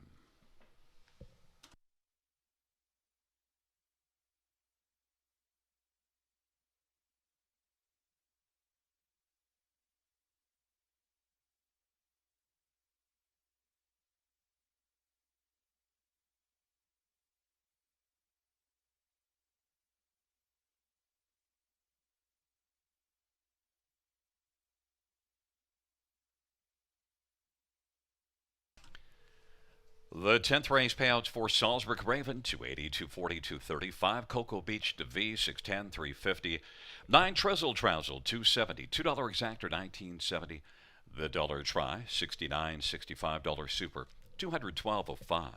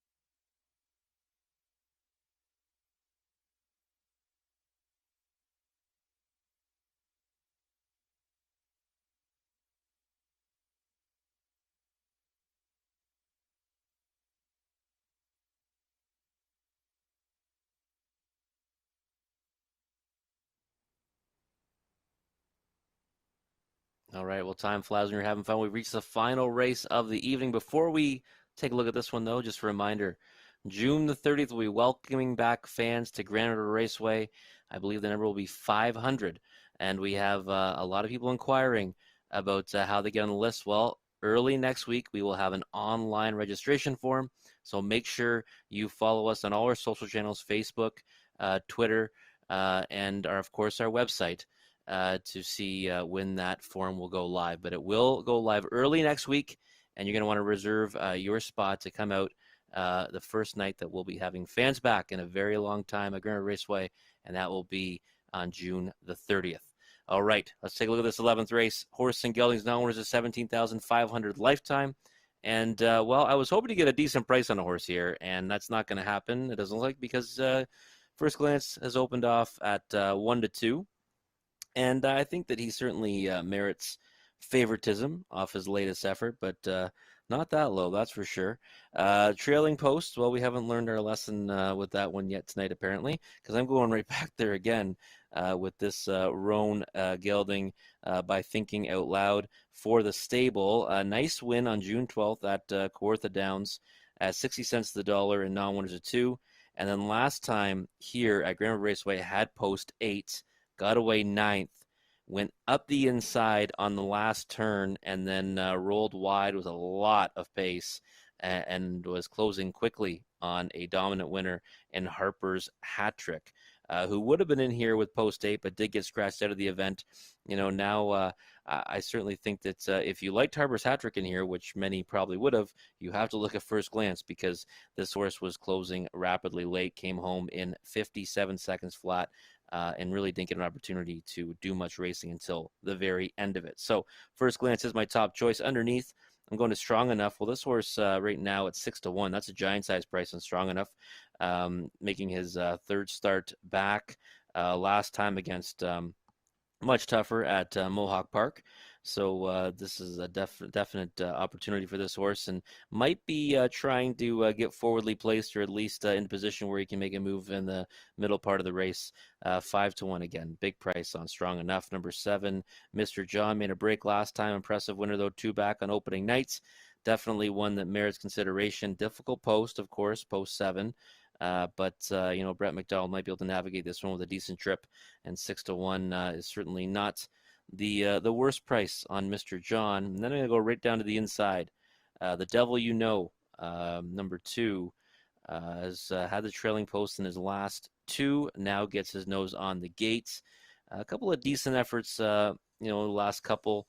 Third start now off the bench, might be better with that post 2 and taking money at 9-2, and that's Gary Guy's top picks. We'll talk about that more with him in just a little bit. And number 1, Fast as Phelps, one that might be able to sneak on the ticket, especially that super high 5 at a big price, currently 18-1. We always like to use the rail horse, especially when they are a big number, to land on those bottoms of the exotics. Okay, First Glance is my top choice. 3-5 is too short right now, but that price might float up. Number 6, Strong Enough. Number 7, Mr. John. Number 2, The Devil You Know. And number 1, Fast as Phelps. This is our final race of the evening, and it is our super high 5. So mark your tickets, get them in, and hopefully go out a winner. I'll be back in just a few moments to talk a bit more with Gary Guy.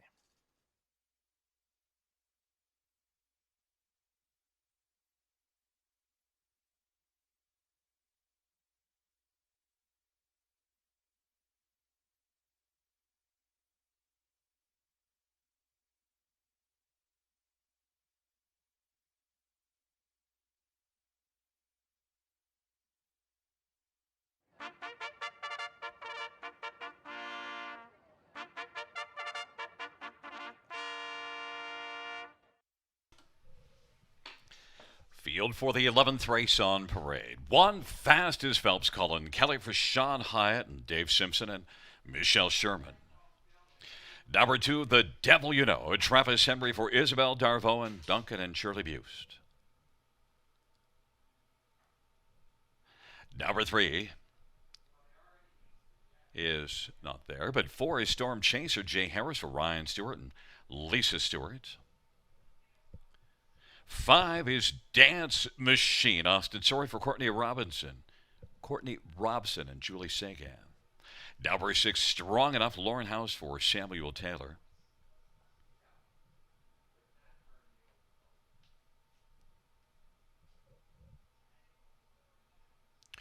Number 7, Mr. John, Brent McDonough for Ron McDonald and Dr. Trevin Shive and John Urquhart and John Philpott. 9 is First Glance Mario by Elisha for the Stable.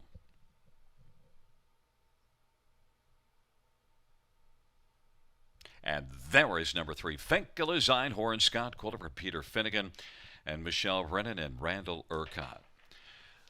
Well, Rob, you got the trailer post at even money. I got to tell you, I had 4 trailer posts earlier if you saw my selections for the entire night, and I went 0 for 4. I'm not going to go 0 for 5 because I don't have the 9 First Glance, but you do. You got to love that closing effort last time out. If there's one that can get the job done regardless of the trip, it might be this one. Yeah, it was a fantastic effort. I watched that replay quite a few times, and Harper's hat trick was a very impressive winner, and was the morning line favorite on here before being scratched out of it. And this horse was closing rapidly on that one under the line and was way out of it. Throughout the mile before that, getting away 9th off the gate. I don't think the problem will be getting away that far out of it off the gates, this evening. But again, with the trailing posts, you don't know where they're going to get away and or if the horse is going to, be comfortable in that spot. So, 3 to 5, oof, yikes, that's a pretty short price. Now 1 to 2, it gets worse. I don't know. I like this horse a lot, but that price is a tough one to swallow. Full disclosure, when I originally made my picks, I had the 6 second, and then I rethought things. You know what handicappers always say? Don't change your mind. I've seen this horse race really well in the past and be very impressive, but that last line, when I look at it, is it better than what I'm seeing? Unstrong enough? Yes.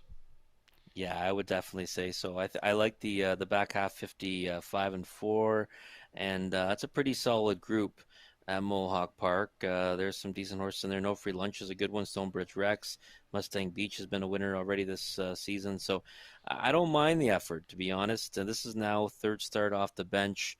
Looking at the race, I thought this horse would take more money, and I might be on the right side of value with First Glance, but it's completely flipped on me. And this, Strong Enough right now is 6 to 1, which is a pretty big price. Number 7, Mr. John, was actually the favorite last time out in the race that First Glance raced well, and Harper's hat trick won, but Mr. John made an early break. If he could stay flat, he does show the ability to race from off the pace. He won here from off the pace 2 starts ago. Yeah, he's definitely, a horse that, doesn't really getting much respect in here. The post 7's difficult. That win 2 starts ago, Brett McDonald was very patient off the gate and then kind of rushed into the lead after that. Something similar might work tonight. There's, it's questionable how much speed there really is inside. So I think that it's possible the 6 or the 7 could try to leave out for the front. Mr. John's a nice price too at 4 to 1. I thought both the 6 and 7 would take a lot more money than they are. And you get the hot driver angle. Brett McDonald has 3 wins on the night and is the leading driver here at Grand River coming into this evening, so he's padding his lead there. I should touch on number 2, The Devil You Know, because that is my top pick. Now, back-to-back trailer post now gets a spot on the gate, and The Devil You Know won here last year in 55 and 4, had 3 wins. You see this one racing in October at Flamborough Downs and winning very comfortably under wraps with a post position 2, which is what The Devil You Know has here. Travis Henry. The Devil You Know is the one I'm going to take to try to beat the 3 to 5 horse at 9 to 2. Your thoughts on The Devil You Know?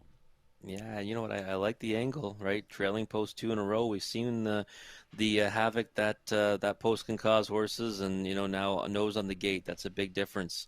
I think the Devil You Know's got a big chance to land on the ticket and might be able to get the job done if the other ones get difficult trips from their problematic posts. One I would throw in to try to get onto the ticket to help it pay a little bit on a high 5 is a number 5 Dance Machine, as we just see them moving in behind the gate. Was a good second here from off the pace 2 starts ago, and last race came first up. So Dance Machine could be waltzing into a possible top 5.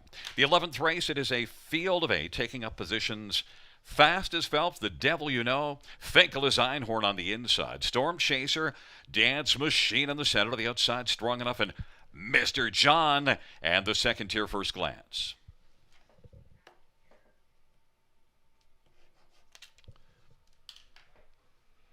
Field of 8 for the 11th race on a soggy Friday night at the river. And they're off. Fast as Phelps and the devil you know. Storm Chaser strong enough on the outside. First glance will get away into the front 5. Then racing 6th is Finkel as Einhorn. Then it is back further right now to Dance Machine. Mr. John relaxed away, trailing the field. The devil you know has come on and taken the early lead now. Strong enough is racing on the outside. Fast as Phelps and now strong enough wants to clear to the front as they race their way past the opening quarter. And now it's going to be strong enough who is strong enough to take the early lead. 28 and 1's the opening quarter. The devil you know is racing in the pocket and is going to pop on the outside now to come back around and reclaim the lead. And then makes a break in stride looking to reclaim the lead. Strong enough now has the front. Fast as Phelps on the inside. And now here comes First Glance, and First Glance is looking to pounce. It is First Glance on the outside who's going to drive up and clear as they come on past the half. Then it is strong enough, and the devil you know has made a recovery after that break and is racing third, and then racing for his Fast as Phelps. On the outside, Finkel is Einhorn, and then it is back to Dance Machine and Mr. John and Storm Chaser. It is First Glance as they race on down the backstretch. First as they're rolling to 3/4, but on the outside, the devil you know, trying it again. Strong enough on the inside, racing third. Finkel is Einhorn, and Dance Machine is settled wide. Fast as Phelps, and then it is back to Mr. John and Storm Chaser, but First Glance is getting away on the field. Strong enough, and now pushing late. Here comes Dance Machine waltzing late. Dance Machine has moved up now, but swings a little wide there on the turn, but it is First Glance who's going to be first at the finish in the final dash, and then coming on, Dance Machine to pick up second. 3 across the track for third between Strong Enough and Finkel as Einhorn, and Mr. John 150, 5 and 4. First Glance and Mario get the job done from the trailer post in a lively 155 and 4, Rob. Yeah, that was a slick steer by Mario. He let everything kind of fall into place before attacking the field, really ambushing them to the lead, and then, just much the best 155 and 4 in the off-going in this class is a pretty rock-solid performance by this horse of a different color. Big fan of this one coming into the night. The price was short, but I guess that's why it was so short. This horse was just much the best. Well, you also got the trailer post home after us maybe wanting to shy away, but you did not shy away. The devil you know was in a good position, but then shied away badly past the opening quarter. Might have just put in a bad step there. Actually did a nice job to quickly recover, but that really kind of did in his chances. Maybe one to keep an eye on later. He certainly looked sharp up to that point. Yeah, and I wish I would listen to you, Gary, on number 5, Dance Machine, getting in for second at a nice price. Yeah, he's going to help the ticket pay. You're going to need some help because First Glance, 3 to 5 on the board. The 5 was 19 to 1.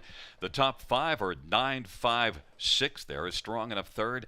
Then Finkel is Einhorn and Mr. John, 9, 5, 6, 3, 7.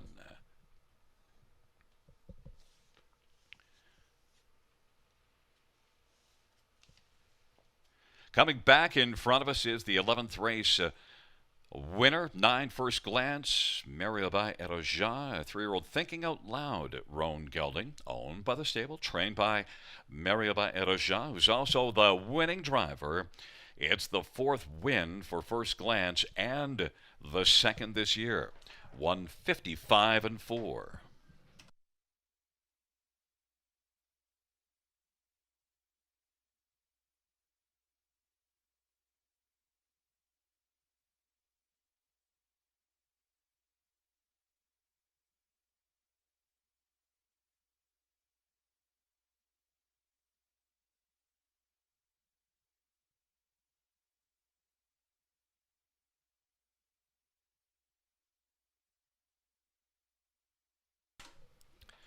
The 11th race payouts, 9 First Glance, 340 to 250. 5 Dance Machine, $9.30 and $5 and 6 Strong Enough, $3.40. $2 exactor 24.60. The dollar try 66.30. The double 10.50. The dollar win for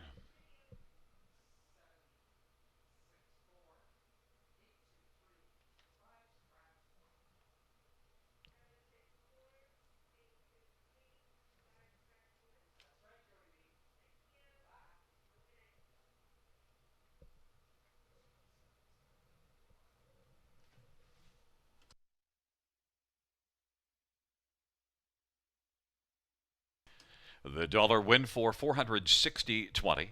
The dollar high five 1922.85.